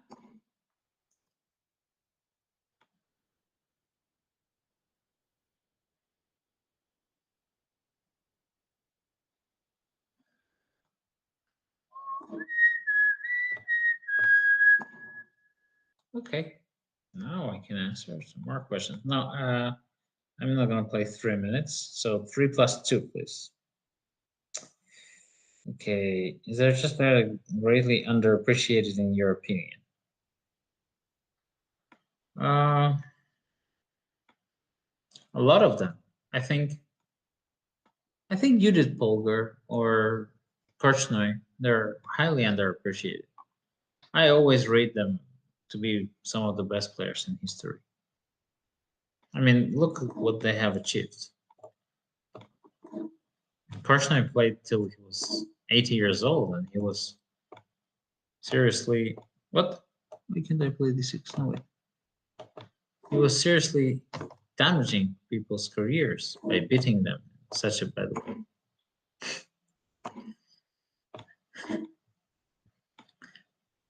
I really loved his character. He was such a fighter. And Judith, well, she showed that women can compete with men and can beat them. And she's a pioneer, so respect for that. Did you stop playing Rogozin, Levon? No, I didn't stop playing Rogozin. I still play Rogozin, and I will always will. Why should I stop something that is so solid? What are your views on King's Indian defense? Can it still be played? I think King's Indian defense is a fine opening with a great. I think it's a very solid opening, and it's great fun playing it. Why isn't it too popular? I think the main reason is that it's difficult to play. You need to know it really well in order to play it. G4. Let's go rook c8.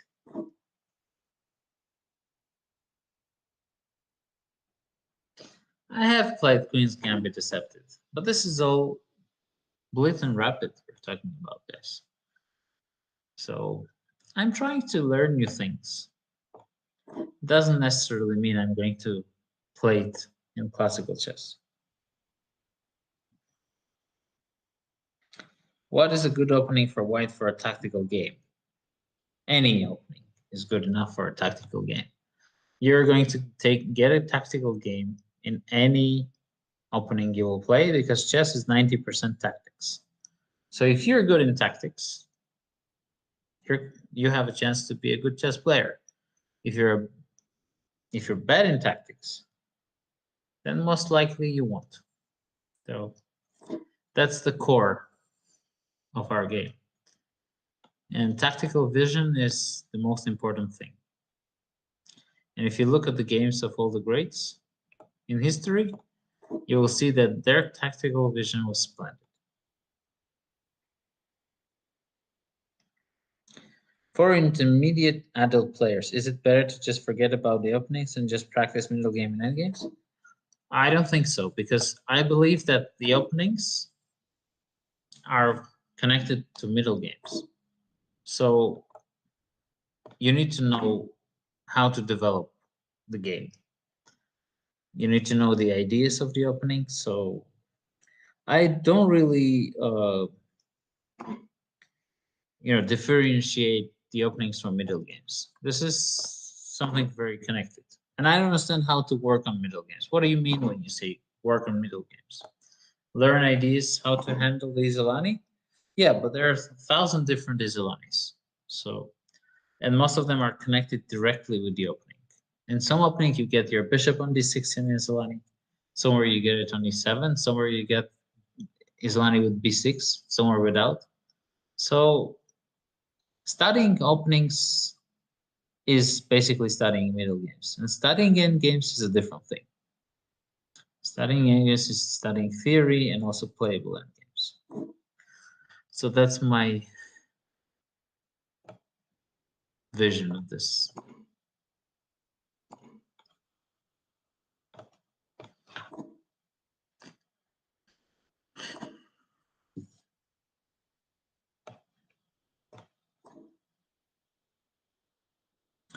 What are your views on e4, e5? Can someone live without it? I never learned it. Of course you can live without it. And you can be a good chess player without knowing e4, e5. But if you want to have a broader understanding of the game, you definitely will need to learn how to play it someday.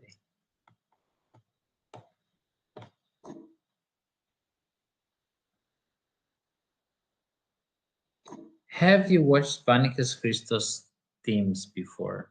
I never watched. I'm ashamed to say, but I don't think I watched any teams of anybody in my life. Well, I've seen some snippets. I think Hikaru's teams are extremely funny. Some of the snippets he does that I've seen on YouTube, but I haven't really sat there and watched it for more than I don't know. Let's say a couple of minutes.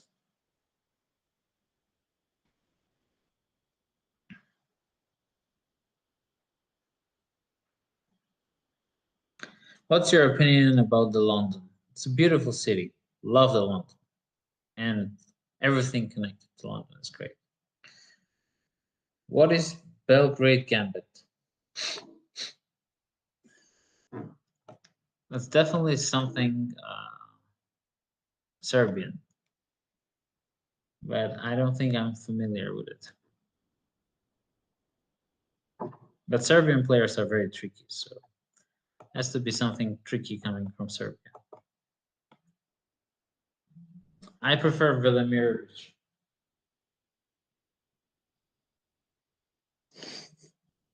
I know you guys meant the London system, not the London city. I know. Well, London system is solid, and I find it interesting, but it's an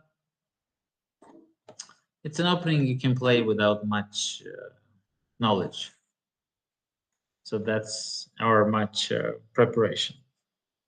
So that's the benefit of that opening. The Belgrade is 4 knights d4 ed knight d5. No, I think that's not working. It's one of the refuted openings.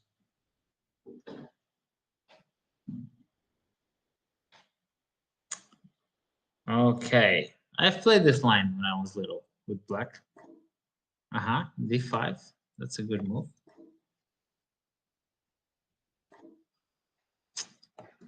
All right. Oops. Okay, when I play Najdorf, generally I have an issue with d6 pawn. Should I try to push e5, or how can I figure it out? Oh, really have no clue what to tell you, my dear friend. You do get d6 pawn that is weak, but you get a lot of play for your pieces. So you have to play active at some point and try to open up files for your rooks. But I don't really know what's your level, or why do you get weak pawns? Okay. What's the fastest time control you would play for fun? I guess Bullet, but not online Bullet. Online Bullet is just mouse chess, not something I enjoy. But Bullet over the board can be fun.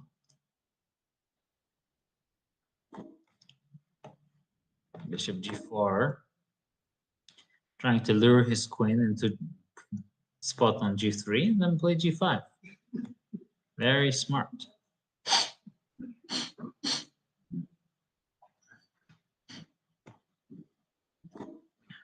Do you like how I complement my own ideas?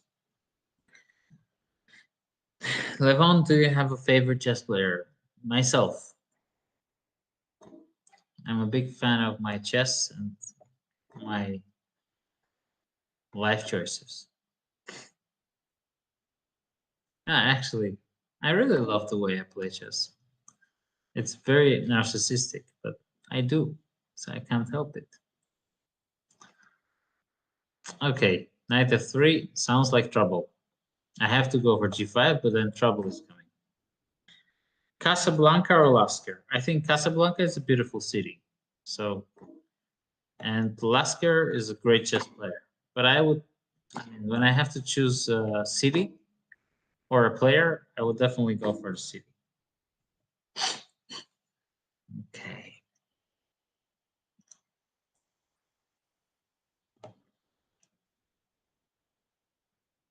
Am I going to get mated? Most likely I am.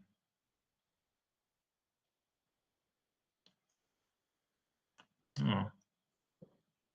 This is not so much fun, but I should play f5. Show some positional class. What do you think of the Budapest? The Budapest is one of those things you're pretending you're cool, you know, with all this motorcycle and stuff, but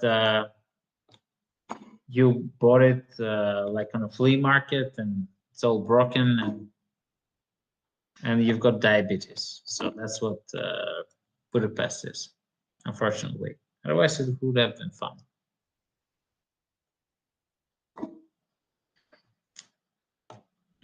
No, I don't mean to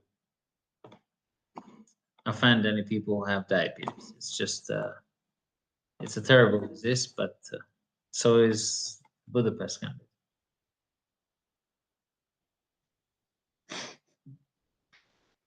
What do you think of e4, e5, 93, 96, 95, 96, 96, DC or BC? Well, black is a pawn down, and he's most likely going to lose if white is playing well. So that's what I think about it. Have you been to Casablanca, Levon? I have never been to Casablanca, but I would love to go. And also to Marrakesh. I would love to go to the beautiful Morocco.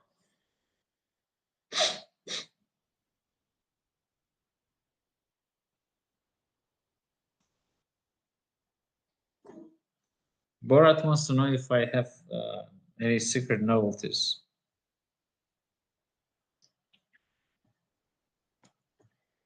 If I was forced to play the Dutch, which one I would choose? This is some kind of truth or dare. If I was forced, most likely Stonewall, you know, because Leningrad, you are going to lose, and you might lose very fast. Stonewall, at least, you know, you can just sit there and pretend that you're extremely solid.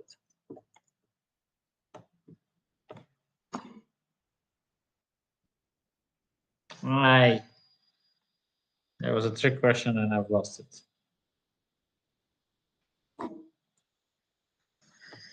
I have beautiful bishops. Fischer or Karpov? Fischer, of course. The original. I always pick the original rather than the copy.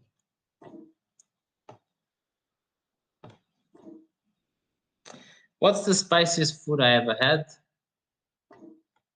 The food that I cook is probably the spiciest food I ever cooked. I make really good.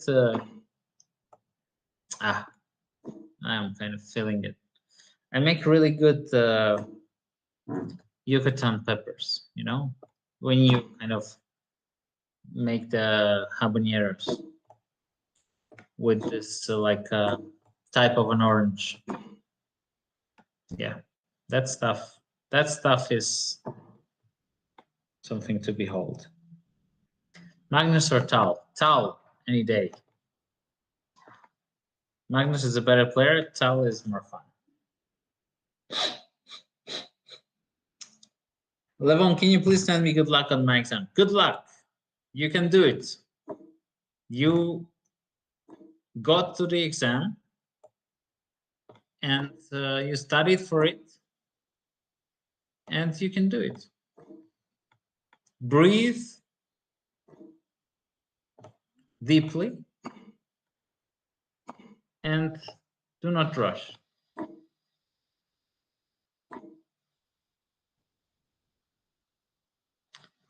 Knight f6, what should I do? Bishop b5? No. Yes, bishop b5.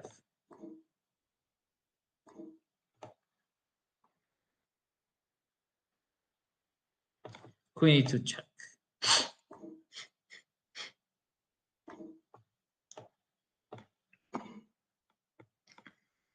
Levon, love from India. Greetings to everybody in India.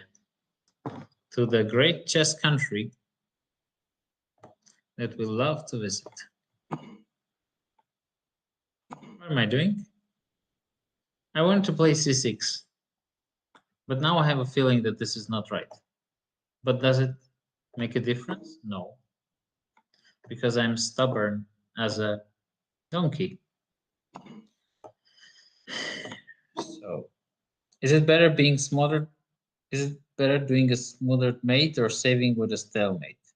Saving with a stalemate is more fun because your opponent is all excited and then you just give a stalemate. I mean, when you're, I think the smothered mate is too obvious already.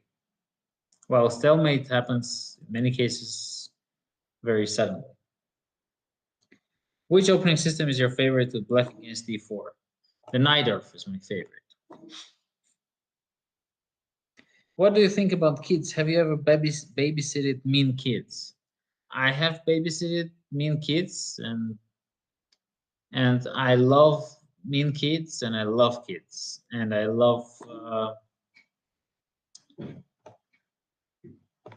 I generally love humans and animals, and almost everybody, except you. Kidding, you too.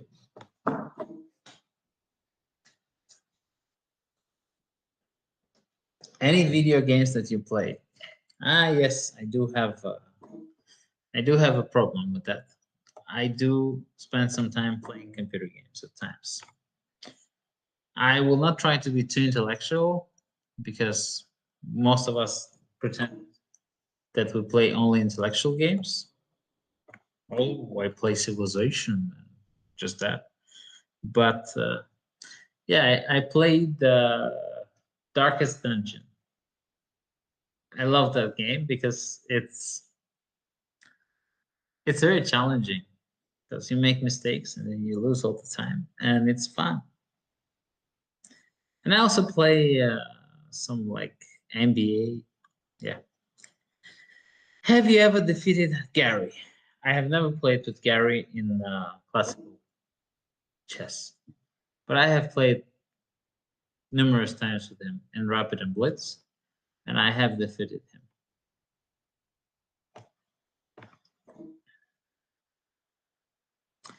Jesse, I've played only one. I haven't played two. What happened? Oh, timeout. I won. Can you beat Magnus with just a king and a pawn? Most likely. If he doesn't have a king, if he has just a king, I can beat him. Okay, if Engine was human, would you like to meet Stockfish or Deep Fritz? I would like to meet Alpha Zero and Stockfish, neural network Stockfish. I think he's kind of a, he's a guy you can have a drink with, and also a guy that loves to work.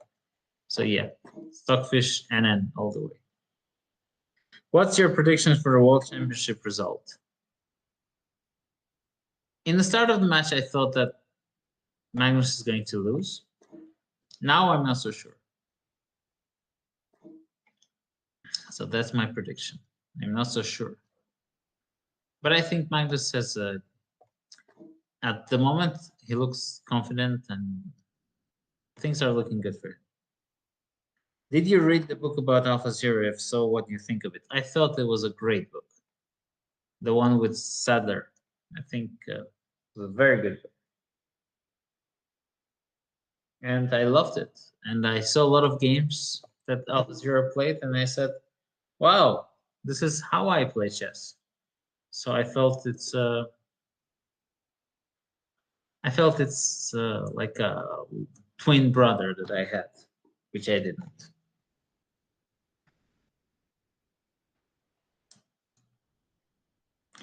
Game changer for sure. May I ask, why do you think Magnus is going to lose? I don't know. I think he's not that motivated somehow. I kind of feel that I had this vibe coming. But, and also I think Nepomniachtchi is a tough opponent for him. Style clash. Favorite GM to grab a beer? I don't like beer.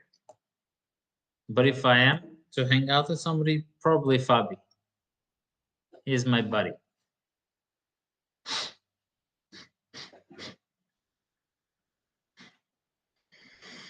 Yes, wine is better than beer. This is some knowledge you got in Riga, Jesse. Good for you. At what age did you start playing chess? At the age of, I was almost turning 9. That was the age.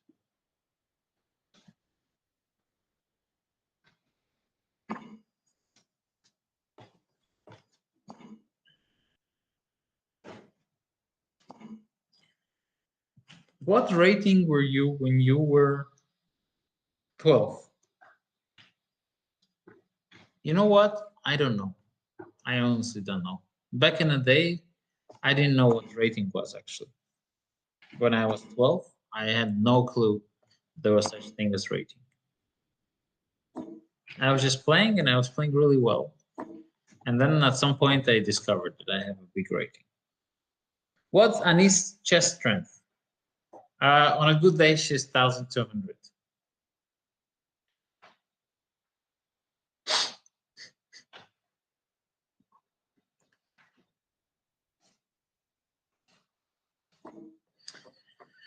Okay. Is A4 good or not? It's probably lame, but it should be played. I think, do you think FIDE should make another category for people over 2,700? Definitely. Should be space grandmaster or extraordinary, super gigantic, intelligent lord master. Supersonic master sounds good. Do you have a favorite square? No.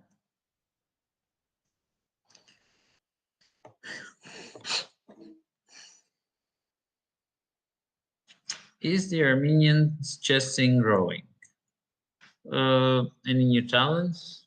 We do have great generation of guys that are like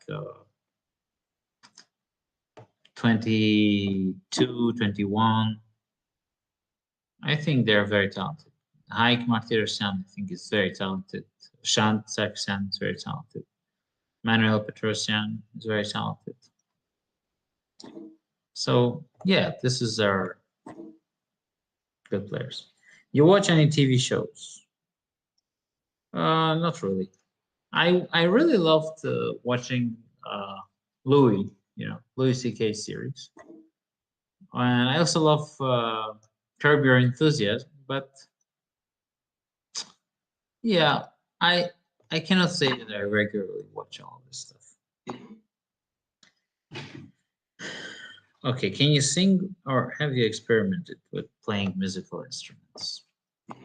I think I can sing. Everybody who heard me doesn't think so. Therefore, I probably can't, but I really enjoy it. Between top players, who do you think gives best, funniest interviews? No idea. Well, but since I'm saying no idea, I mean, it means that I think it's me. So there you have your answer. Favorite thing except chess? Love playing basketball, love running. So that I love. And love watching movies. Yeah, this type of things. Pretty good. Have you heard Hindustani classical music? Yes, I love Hindustani classical music. Do you watch the NBA? I love watching the NBA, and I root for my Celtics, and they are going to deliver this year. It's not a great team, not the greatest they could be, but you will see. And Steph Curry, MVP forever. Big fan of his play.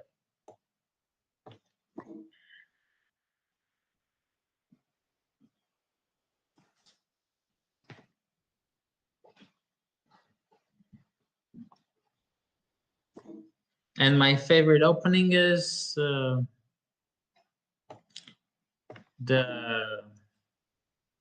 Marshall.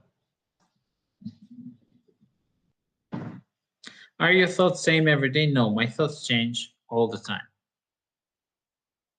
So if you ask me the same question tomorrow, I'm going to answer something else because I try to learn.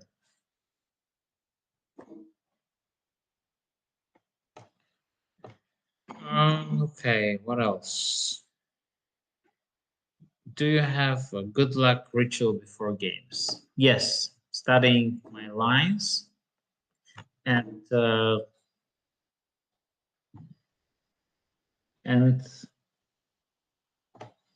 eating something yummy. That's a good luck. Your favorite tennis player? Actually, my favorite chess player that plays tennis is Hrant Melkomian. He's a great tennis player. When it comes to tennis players, Nadal is my man because he works so hard. I love seeing somebody who works so hard because I don't work hard. So I love seeing the opposite side. Anyway, guys, it's 12 o'clock here. I gotta go to sleep. So I enjoyed hanging out with you guys, but now is the time to go for a sleep. So I'm gonna play the last game.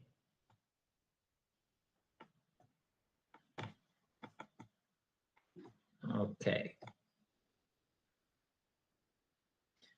Just, oh, yes, last game to play, and then that's it. Oh, why? Yes.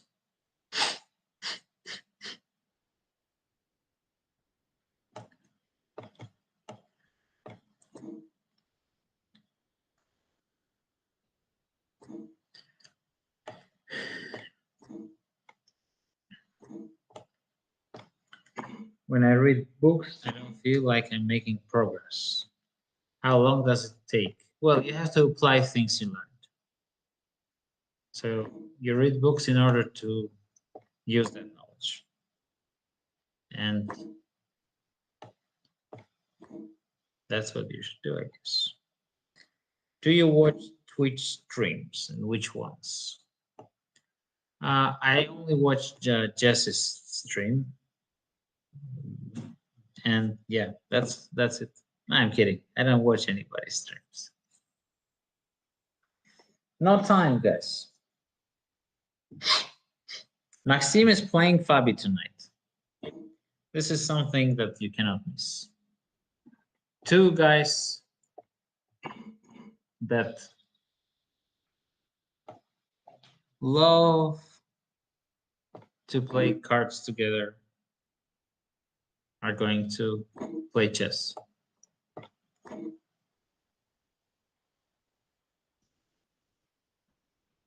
I have been called LeBron, you know? Now somebody mentioned Levon James, yes. No, guys, I don't watch Hikaru, but I appreciate what he does. I think what he does is great for chess, and he's a hero. He took this burden of doing. It's really tough, you know, doing it 24/7. I mean, he does it all the time, so it's very tough. So we just let's appreciate it. Do you think if Nakamura was sitting in Nepal's seat in the World Chess Championship, he would put himself, he would be able to beat Magnus? I don't think so. I think Hikaru has a terrible score against Magnus, and it would be tough for him to beat Magnus. Other than Marshall, favorite Spanish for black. Oh, the Yurta variation. I think that's the bishop c5 that I've been playing recently. That's fun.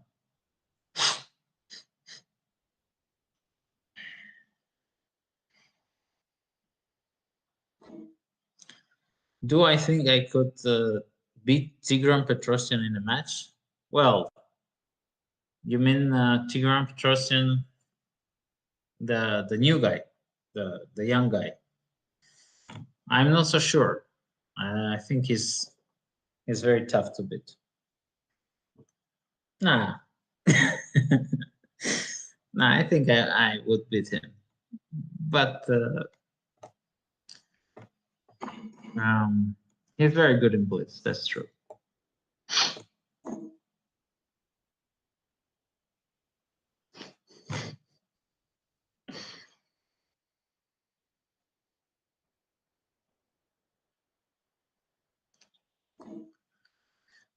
Now you guys put me in a good mood.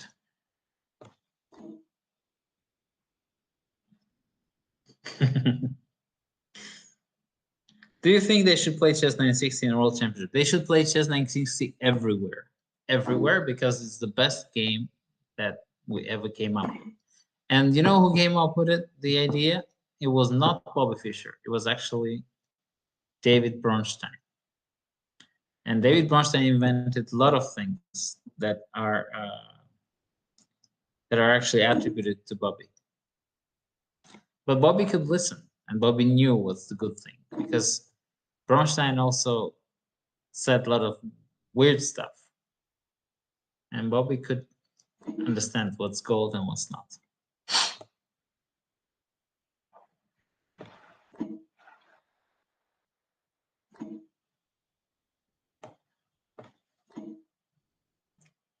What's your favorite? Classical, rapid, blitz, or bullet? Blitz. Love playing blitz. It's my favorite because it's the most fun. Do I think it's as deep as any other form of chess? I don't think so. I think it's, well, it's basically a difference between a meal and ice cream.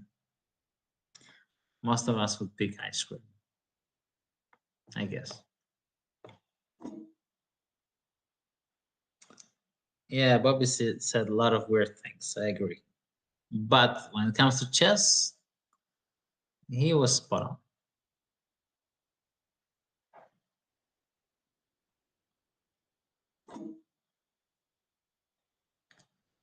Now we take on c6 and play 94. We capture everything. Backhouse chess should be more popular, for sure. Do you think the world is more divided than in the past? No, I don't think so. I think it's always been divided. Do you believe that chess 960 is more complex than normal chess? It's more complex, it's more fun, it's more natural, and it's more, I think it's everything you can dream of in a game of chess.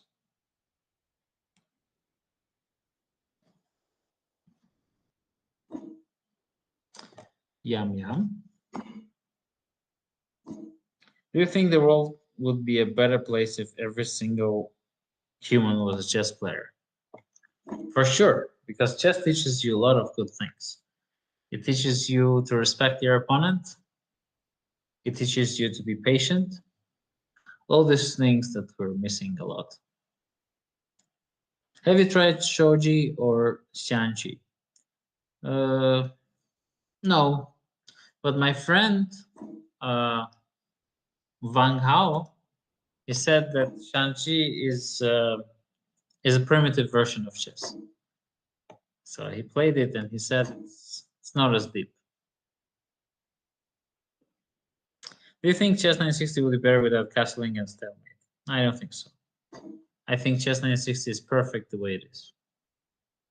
And you know, it solves a lot of problems with draws and things like this. And if you want a perfect, like what I imagine is a perfect chess day, let's say 2 games, 1 hour, 30 minutes, for the whole game with 30 seconds being added for move 1. 2 games, different alternating colors of 2 different positions of chess 960. It's fair, nobody gets the advantage of having a good position and somebody doesn't. And just play.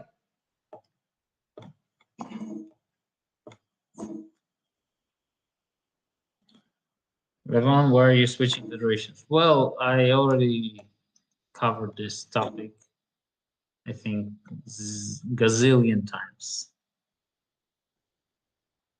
But basically, in order to have a chance to be the best chess player I can be.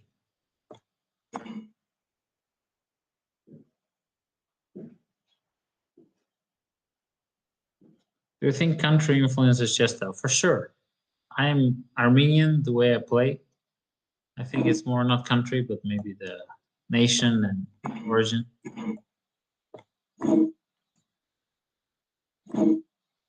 Is it true chess is full of preparation and less creativity? Chess is full of preparation. Chess 960 is a lot of creativity. And chess also has space for creativity, but it's more like analytical creativity that you, in many cases, find at home.